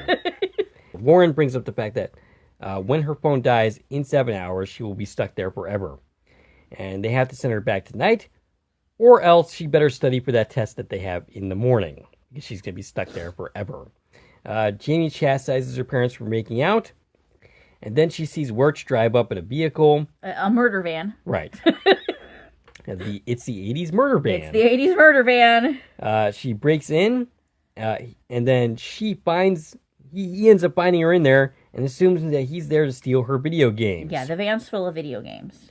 Wirch says he wanted to go to the Tiffany's party, which is why he was parked outside of Tiffany's house that night. The conversation is interrupted by Doug Summers, who's a hall monitor, and he reveals here that he took karate and that they are safe with him, even though he couldn't get up like us earlier. And he geeks out with Lurch about video games, and they talk about a certain video game where when people die in the game, it creates a pink mist. Ah, yes. And basically, Lurch takes the wrong takeaway from Tiffany's murder. If only she had performed that certain act, she might not be dead now. And Jamie does not think that should be the moral of the story. But it's kind of true. Yeah. Jamie finds Lauren, who says they need a crap ton of power. It should be like 8.1 gigawatts. Probably. Apparently. Yeah. And they realize the quantum drop could be used to do it. They go in, they tell the guy running it that they are shutting it down. Jamie goes on to explain why, but Ned doesn't care. He's just like, okay, all you have to say is it's shut down and I'm out of here, it's break time. And Jamie says, wow, the 80s were certainly wild. Ned is played by Jesse Inokawa. 66 credits for him, lots of voice work. Lots of video game voices. Yes. Jamie assembles the troops while Warren works in the time machine. Pam says she wants to catch the killer, even if the killer gets Marissa and the rest of them get to live. She doesn't want to live the rest of her life not knowing who the killer, or the fact that the killer is still out there. Yeah, so they filled everyone in now on the fake truth that Jamie's a psychic, and that's why she knows what's going on.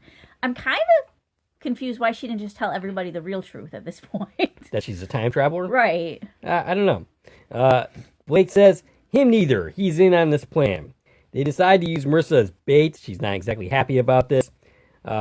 She ends up getting a SA device that's really loud. A alarm. Yes. Like a keychain alarm. Yep.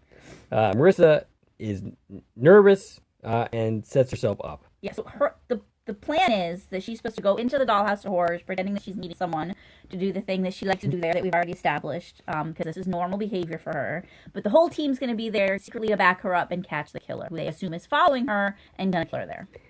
Okay. Pam and Jamie walk together when they run into Kara dressed up as the Grim Reaper. Kara points out that people have accused her of being the killer. Let's be real here. The only person who did that was Blake. Yeah, she's acting like she's been completely ostracized from the group. Right. Which kind of she has. She's not in the plan. She doesn't know about the psychic. She doesn't know about the killer. Like, that there's someone supposed to die tonight. They haven't told her anything. Yeah, and she says that basically no one started dying until Jamie got there. Which is true. It is true. The killer, meanwhile, bumps into Teen Chris. In the present day, Chris remembers this. Amelia gets the time-traveling machine running and tells Chris to get the conductor. Yeah, why didn't she have it already ready? I don't know.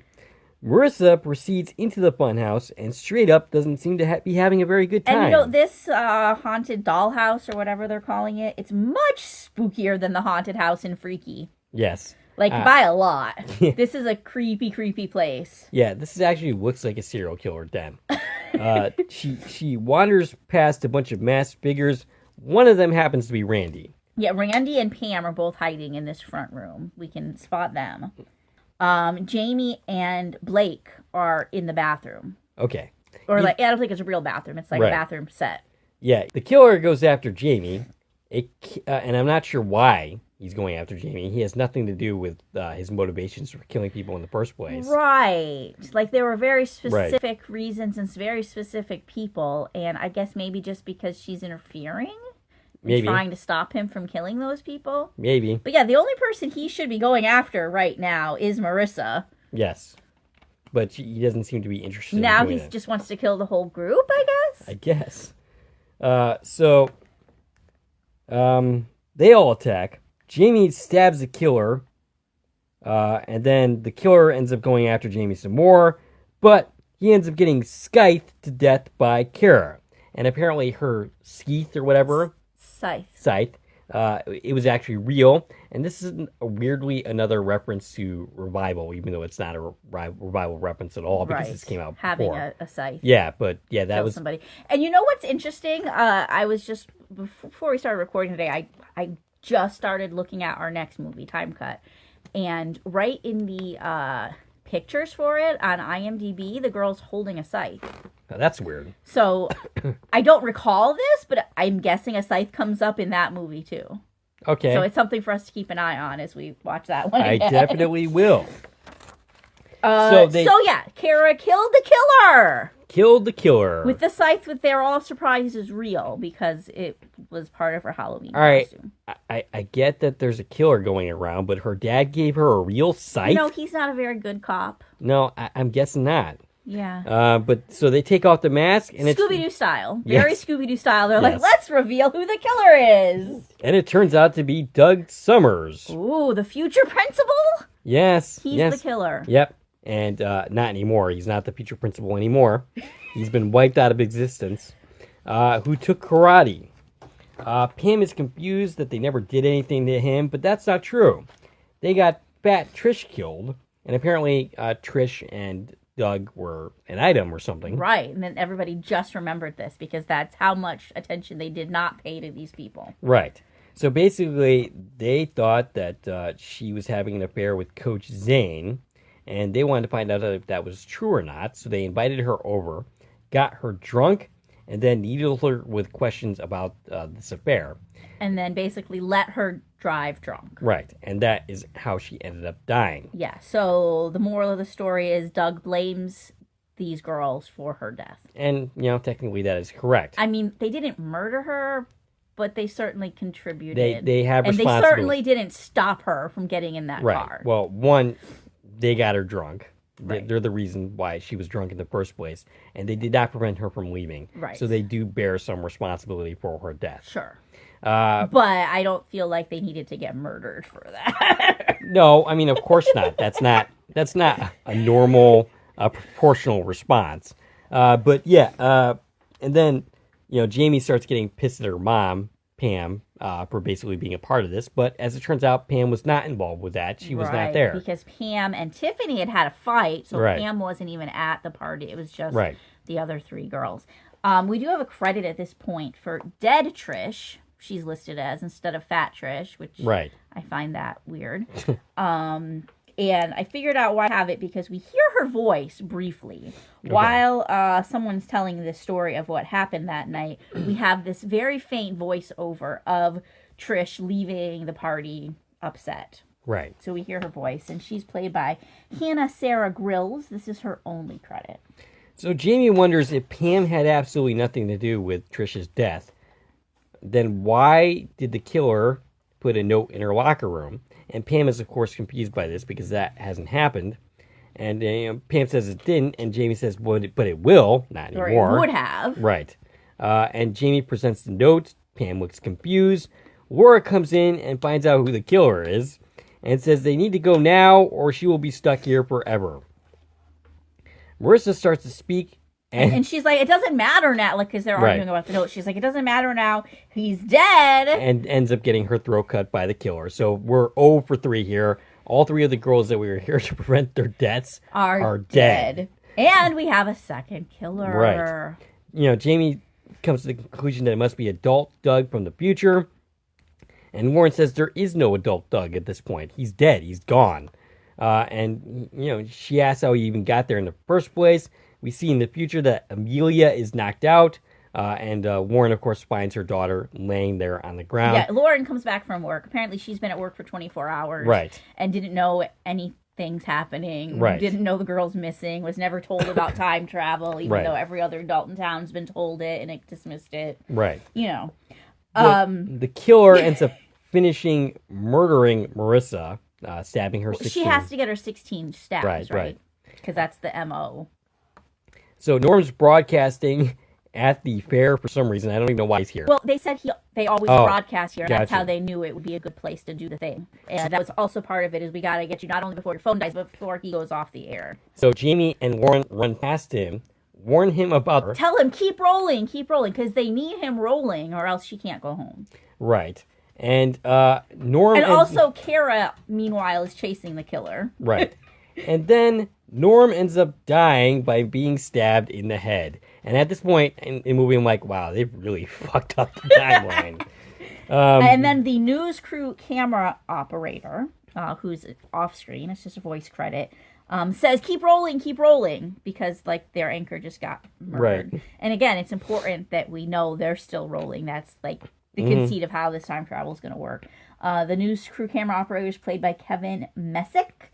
He's in one episode of A Million Little Things and an episode of The Flash. Jamie and Laura get to the quantum drop. Laura says she needs to go now or she never will. And, at this point, I'm thinking, like, there's still a killer running around, like, murdering people. Like, you're not going to try and stop that? Right, but also, if she doesn't go now, the phone's going to die. I mean, but what good is that if everybody dies? Like, she's not going to have a home to go back to. Sure. But it's all happening at once. Right. She says she's going to send her back earlier in the day to potentially save her mom. So, when is she sending her back to exactly? She's sending her back to Halloween morning is where she goes back to. Well, that's where she goes back to. Is that what Lauren says? Because it sounds like she said earlier in the day. She did say earlier in the day, but it had to have been earlier in the day Halloween. Right. Because she died on Halloween. Right. Otherwise, she's getting sent back to the wrong time. So, yes. Okay, here's the thing. She's getting sent back a day and a half earlier than when she left. Right. Which is like 3 or 4 days earlier than right now in our time flows like a river and moves at the same pace scenario. Right. So how's that a thing? It contradicts the entire time still flowing thing that we've been doing all movie. Right. Yeah. If we can just go to whenever we want to. I don't know. But also it's a completely different time machine, so it breaks my mind. Something is wrong here though. Right. Yeah. So, the killer gets on. Laura... And we're told she has to stay in the center. She has Gotcha. to be in the center of the quantum drop when it does its tiny thing, or else she'll explode. Laura leaves. And to her jacket and says, give this to Pam. Right. So the jacket has now become a bootstrap paradox. It only exists because Jamie gave it to Pam in the first place. Right. So that Pam could loan it to her daughter in the future. Or does she now have 2 jackets? No, she just has one. Okay. So her mother goes after the killer and says so Pam gets on, goes after the killer, and that Laura said that she had to be there on the quantum drop for something important. Right, and she figures that this must be it. She said, I had a sense it has something to do with you, Jamie. Right. And Jamie does this really corny line like, we've been here together before, but never explains that to her. She never tells her, I'm your daughter. Right. Which feels like what we're working up to in this moment. So the ride starts. The killer somehow manages to get up off the wall. All 3 of them are on the walls, and they're like moving very slowly, obviously, because of force. That's not possible, by the way. You would not be able to move like that on that thing. I've tried. But, I mean... their lives depend on it. Right. Okay. So, the killer slowly makes his way to Pam. Jamie, for some reason, isn't trying to save her mom. She's trying to go to the center. Well, they're all going to die if they stay out there. Gotcha. So... And also, what she ends up doing, we know what's in the center. Right. So Jamie gets to the door as her mom gets stabbed. She opens the door, sending Pam flying out. I have no idea what happens to Pam. Right, and that could have resulted in serious injuries in itself. Or death. Right. But we know she doesn't blow up in the quantum Right. drop, so that's better, I guess. Yeah, the killer's mask is unveiled, and it happens to be Chris Dubasage. Adult Chris. Yes. From 2023, the podcaster. Right. Who was working with Amelia. Yeah, it is kind of hard to keep those two. Because they're basically, in both timelines, they're basically the same character, Right. essentially. So, he's basically like, I killed your mother twice. Chris killed his dad as a bonus to end the life of a person who basically only cared about his legacy and not his son. It would have been good if we had seen that relationship at all. Right, so basically we're being told the reason he's a killer is because his dad sucks? Yeah. I mean, I think we could have used a little bit more justification for that if we had actually seen that relationship at all. Right. Maybe he was an abusive piece of crap, Yeah, we don't really justify killing the man. Right. I mean, none of this is really justified, but still, it would have given us a little bit more of a motivation here if we'd actually, gotten that relationship a bit more. Right. So, he restarted the killing in the future or present day, whatever. 2023. To help with his podcast, because 3 murders like 35 years ago is not enough to sustain a podcast forever. No, it definitely wouldn't be. I'm glad they at least brought that up. Jamie realizes that he wrote the note after his mom died, not before. It didn't happen before. A fight ensues. He says, "You should never have time traveled." She ends up shooting him with a nail gun, and then kicks him towards the center, and he towards the edge. Right, and he ends up turning into red mist. Pink mist. Pink mist. Right.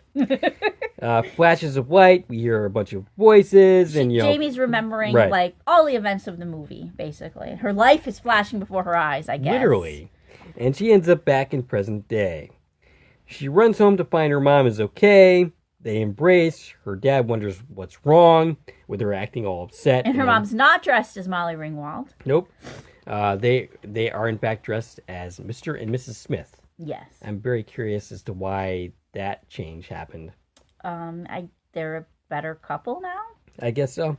Also, because they spent more time together. Their relationship has had several more years at this point. Yeah, okay. Makes sense.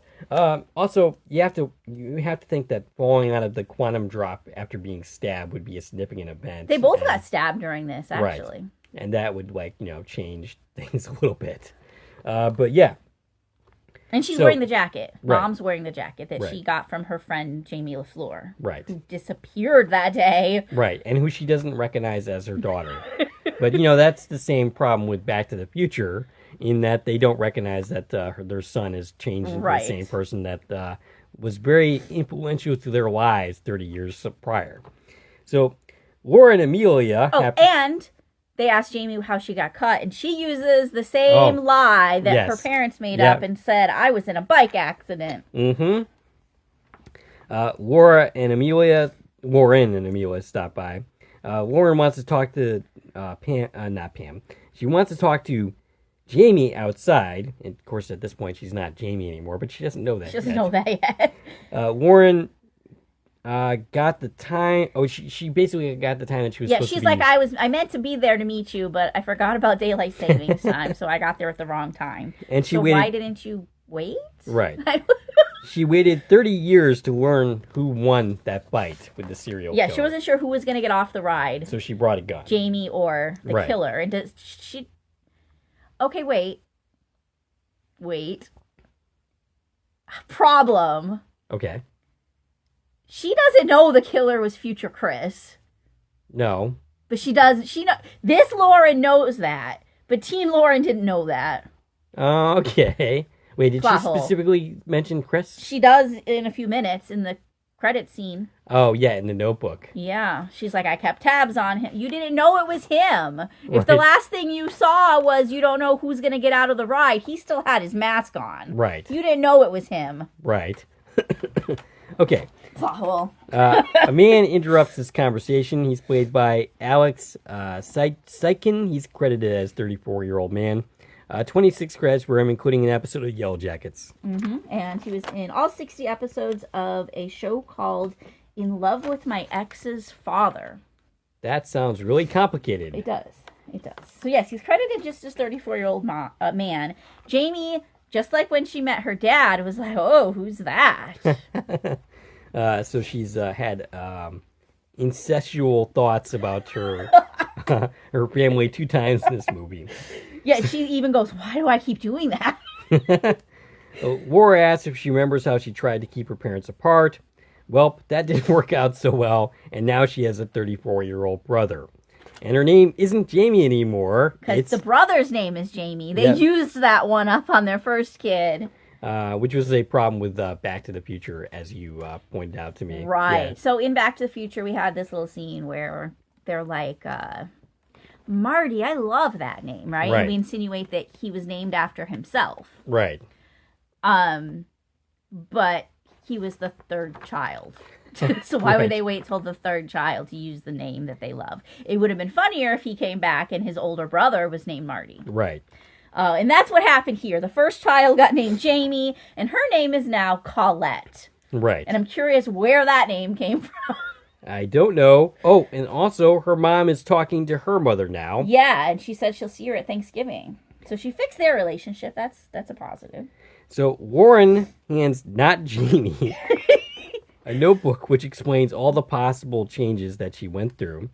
And Jamie says to herself, fucking time travel. And then we cut to the credits, which happens to be overlaid with all the changes that... Yeah, so we're looking at through the journal, which has video in it. That's pretty interesting journal. Yeah. Laura is now a biochemical engineer, and Emilia is still her best friend and a genius. Yeah, so Lauren has a better job. That's good. As we already know, the 34-year-old's her brother named Jamie, and he has a husband named Jason, and they have a 3-year-old daughter, Veronica. Randy is now principal because Doug is Doug dead. Isn't. And I'm really not totally sure that's an improvement on anything because Randy is pretty stupid. Yeah. And, it's not like we demonstrated any growth with that character. He remained pretty much the same dope that he was from the beginning. Yeah. And Chris has basically become a monk because he was traumatized his father being murdered on live television. You skipped a lot of people. Okay. Yeah. Oh, yeah. So Chris is, So, she says she's keeping tabs on him just in case he decides to become a killer. Right. But again, she shouldn't know that it was him. No. So let's see who you skipped. Kara's the chief of police, so that didn't change. No. Lurch founded a video game empire called Pink Mist Games. Ooh. And he started an anti-bullying campaign in honor of Trish. Aw. So he's no longer working at a dilapidated amusement park. He runs a video game empire. So good for him. Good for him. He improved his life. And Doug, got a contribution there because he helped name the company. Yeah, but he's dead. Yeah, he is dead. Eddie Royal is now the lead singer of A Waterbed Away. The name of the band changed. And he told Rolling Stone that he chose the name because that's how close he came to death. Oh. Because I guess he thinks if he was in the waterbed, he'd have been killed too. I don't think he would have. No, probably not. I think we could have actually saved Tiffany if he stayed in that bed. Yeah. At least for that night. Right. Maybe one of the other girls would have been in trouble. But. Right. Yeah. So what did we accomplish with time travel? Well, we did not save the 3 victims. They're still dead. They're still dead. Same 3 people. Pam in the future is not dead. We saved Mom. That's good. Yes, and we created a 34-year-old new brother. We invented a new person. Right. So that's theoretically good. Yes. I mean, he seems like a decent guy. But we killed off Norm Duisage. Right. 35 years before he's supposed to win a Pulitzer. Right. So we probably hurt, news a little bit. Right, yes. We got rid of Principal Doug, but he was a killer, so that's not a loss, I mean, think. current day Doug wasn't such a bad guy. We don't really know, right? Right. For all we know, he redeemed himself and, did really good things with the rest of his life. Yeah. He could have built orphanages or some shit. We don't know what he did with his life. Right, no. But now that's all gone. He wasn't, I'm a serial killer because I'm a psycho. He's like, I want to kill these 3 specific people. Right. And then he stopped there. And then he stopped. Right. Right. So we don't know who he was. Right. No. Maybe the reason he became a principal is because he wanted to redeem himself for doing that and help people. And maybe he was a much better principal than Randy, and maybe things suck now. Right, yeah. I mean, I think pretty much anybody would be a better principal than Randy. I think I would be a better principal than Randy. But yeah, so we killed off Doug. We killed off Norm Dusage. But we saved Pam, and we invented male Jamie. Yeah, and Chris is a monk. Chris isn't a killer. Right. So we redeemed him? Sort of. Probably. Yeah. I mean, he also isn't a podcaster either, but right. Maybe he's, finding being a monk fulfilling. More so than murdering people for entertainment, I think. Right. I mean, our podcast isn't that successful. I don't think I'd murder anyone to make it better. No, I can't imagine how that would even help us because we cover television shows. But... Well, if all of our actors started dying off one by one, we'd cover it. Oh, absolutely. So just so you know, that was not a confession. So we're going to see Scott Bakula on November 1st. Right. You're not suggesting murdering him, are you? If he happens to not live through that weekend. Right. We didn't do it. Right. It's not what this is. Right. Okay. So, on that note, do we have anything else to say? Let's see. Lauren and Lurch both have better careers. Okay. They both improved their lives. Yeah. So that was good. Yeah. Just my other questions and notes here. What happened to Chris's time machine? Chris didn't have a time machine. Yeah, the second one that Amelia built. Oh, okay. And he took it. Right. Okay. So is that just sitting in 1987? I guess, probably. Waiting for someone to discover how to build a cell phone? I guess. Maybe they're going to have to go back for that, but yeah. Well, in fact, yeah, where did that go? Was it just the phone booth? No, it was, remember she was like building it in like a car racing game? Right. And the original time machine that photo booth, right, is still there. Yeah. But broken. Right. So, yeah, there's like multiple there's time machines all over the place. Hanging out at the boardwalk. There's 3 of them now. Right. On that note, the quantum drop. Yes. So it disappeared in 87 and time traveled to 23. But it was already there in 23 because we saw it there, dilapidated. Mm. Did it disappear for the 35 years in between? Like, was the ride missing? Yeah. Or was it always there? Did it just morph with itself? That's some very good questions. Because think the photo booth, like it wasn't Right. there and then it was there. So my best guess is that it disappeared for 30 years. And it was just like, oh, where'd the ride go? We don't know. And then one day it just appears again. Right. So this person that was mysteriously here for a while is gone. We don't know what happened to her. There was a killer that seemingly disappeared. Most people probably assume that it was Doug. Right. That killed Norm. Okay. The only people who know, like, that there was a second killer was these teens. Right. Most of whom are dead. And they're kind of dumb. Right. Pam and Randy, they're not geniuses or anything like that. So yeah. Yeah. There's some holes here. Yeah. I do like that the ending is kind of not like Super Pat where Jamie just comes back and everything is the same. Right. I do like the fact that the solution is we've created a 34-year-old brother and we've changed Jamie's name. That's a cute ending. I think I actually rather like that ending for the most part. I know you had some problems with it logically, but the two real problems I have when it comes down to it, and I'm looking at this movie. One is Cabin in the Woods. Yes. I can't explain that away. No, that's a problem. And the second is it's not a problem if we're going with predestination paradox, but we're not. Well, we're definitely not. Right. Because that breaks the whole rest of the movie. Right. And the other is where the heck was Lauren during all of this? Right. Yeah, Warren. The fact that she's at work doesn't fix it for me. Right. People are dying. Right. The girl's missing. Your daughter's involved in it. And Right. she's just oblivious to anything happening. Right.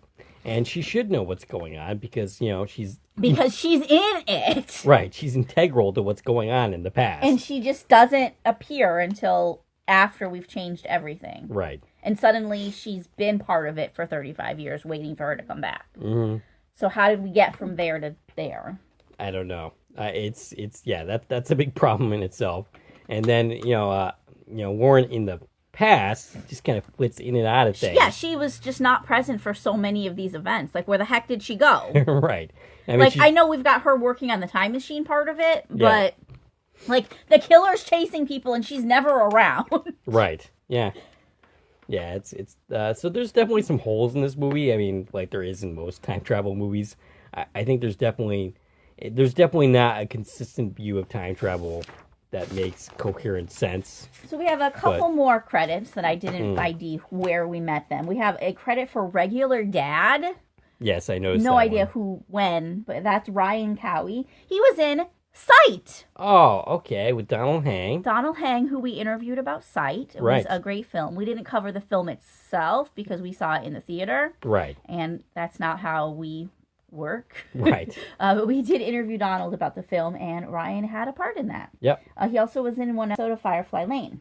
Okay. Then there was a crime scene photographer played by Madeline Kelders. She was in 2 episodes of Invasion, the new one, not the one from a few years ago that I watched. Okay. Totally different show. She was in an episode of School Spirits and an episode of Firefly Lane. Okay. And then we had a Sheriff Beasley, played by Brittany Welton. This is her only credit. And then we have an uncredited listing for another sheriff, played by Shara Ferdowski, who was in an episode of Wayward Pines and an episode of Wild Cards. Okay. And that is the full cast. All right. Anything else to say before concluding? Whew. I think, now that you've listened to this, if you've never seen the movie Time Cut, well, that's your homework.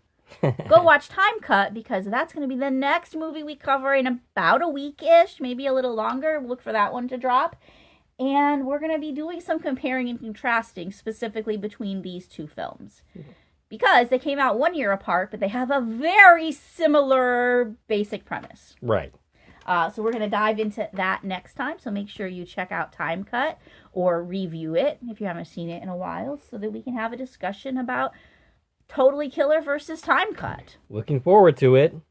All right, we'd like to hear from you. What'd you think of this podcast? What'd you think of this movie? Stacie, can we reach out? I can reach out on Twitter, X, Instagram, Threads, and Blue Sky at TV and Coupon Talk. If you like this video and want to support the channel, there are ways to do so. You can follow me on Twitter at Core Productions. You can join the Core Productions membership for 99 cents a month. You can like, share, and comment on this video, as well as subscribe to the channel. This is Dave and Stacie from Core Productions, signing off.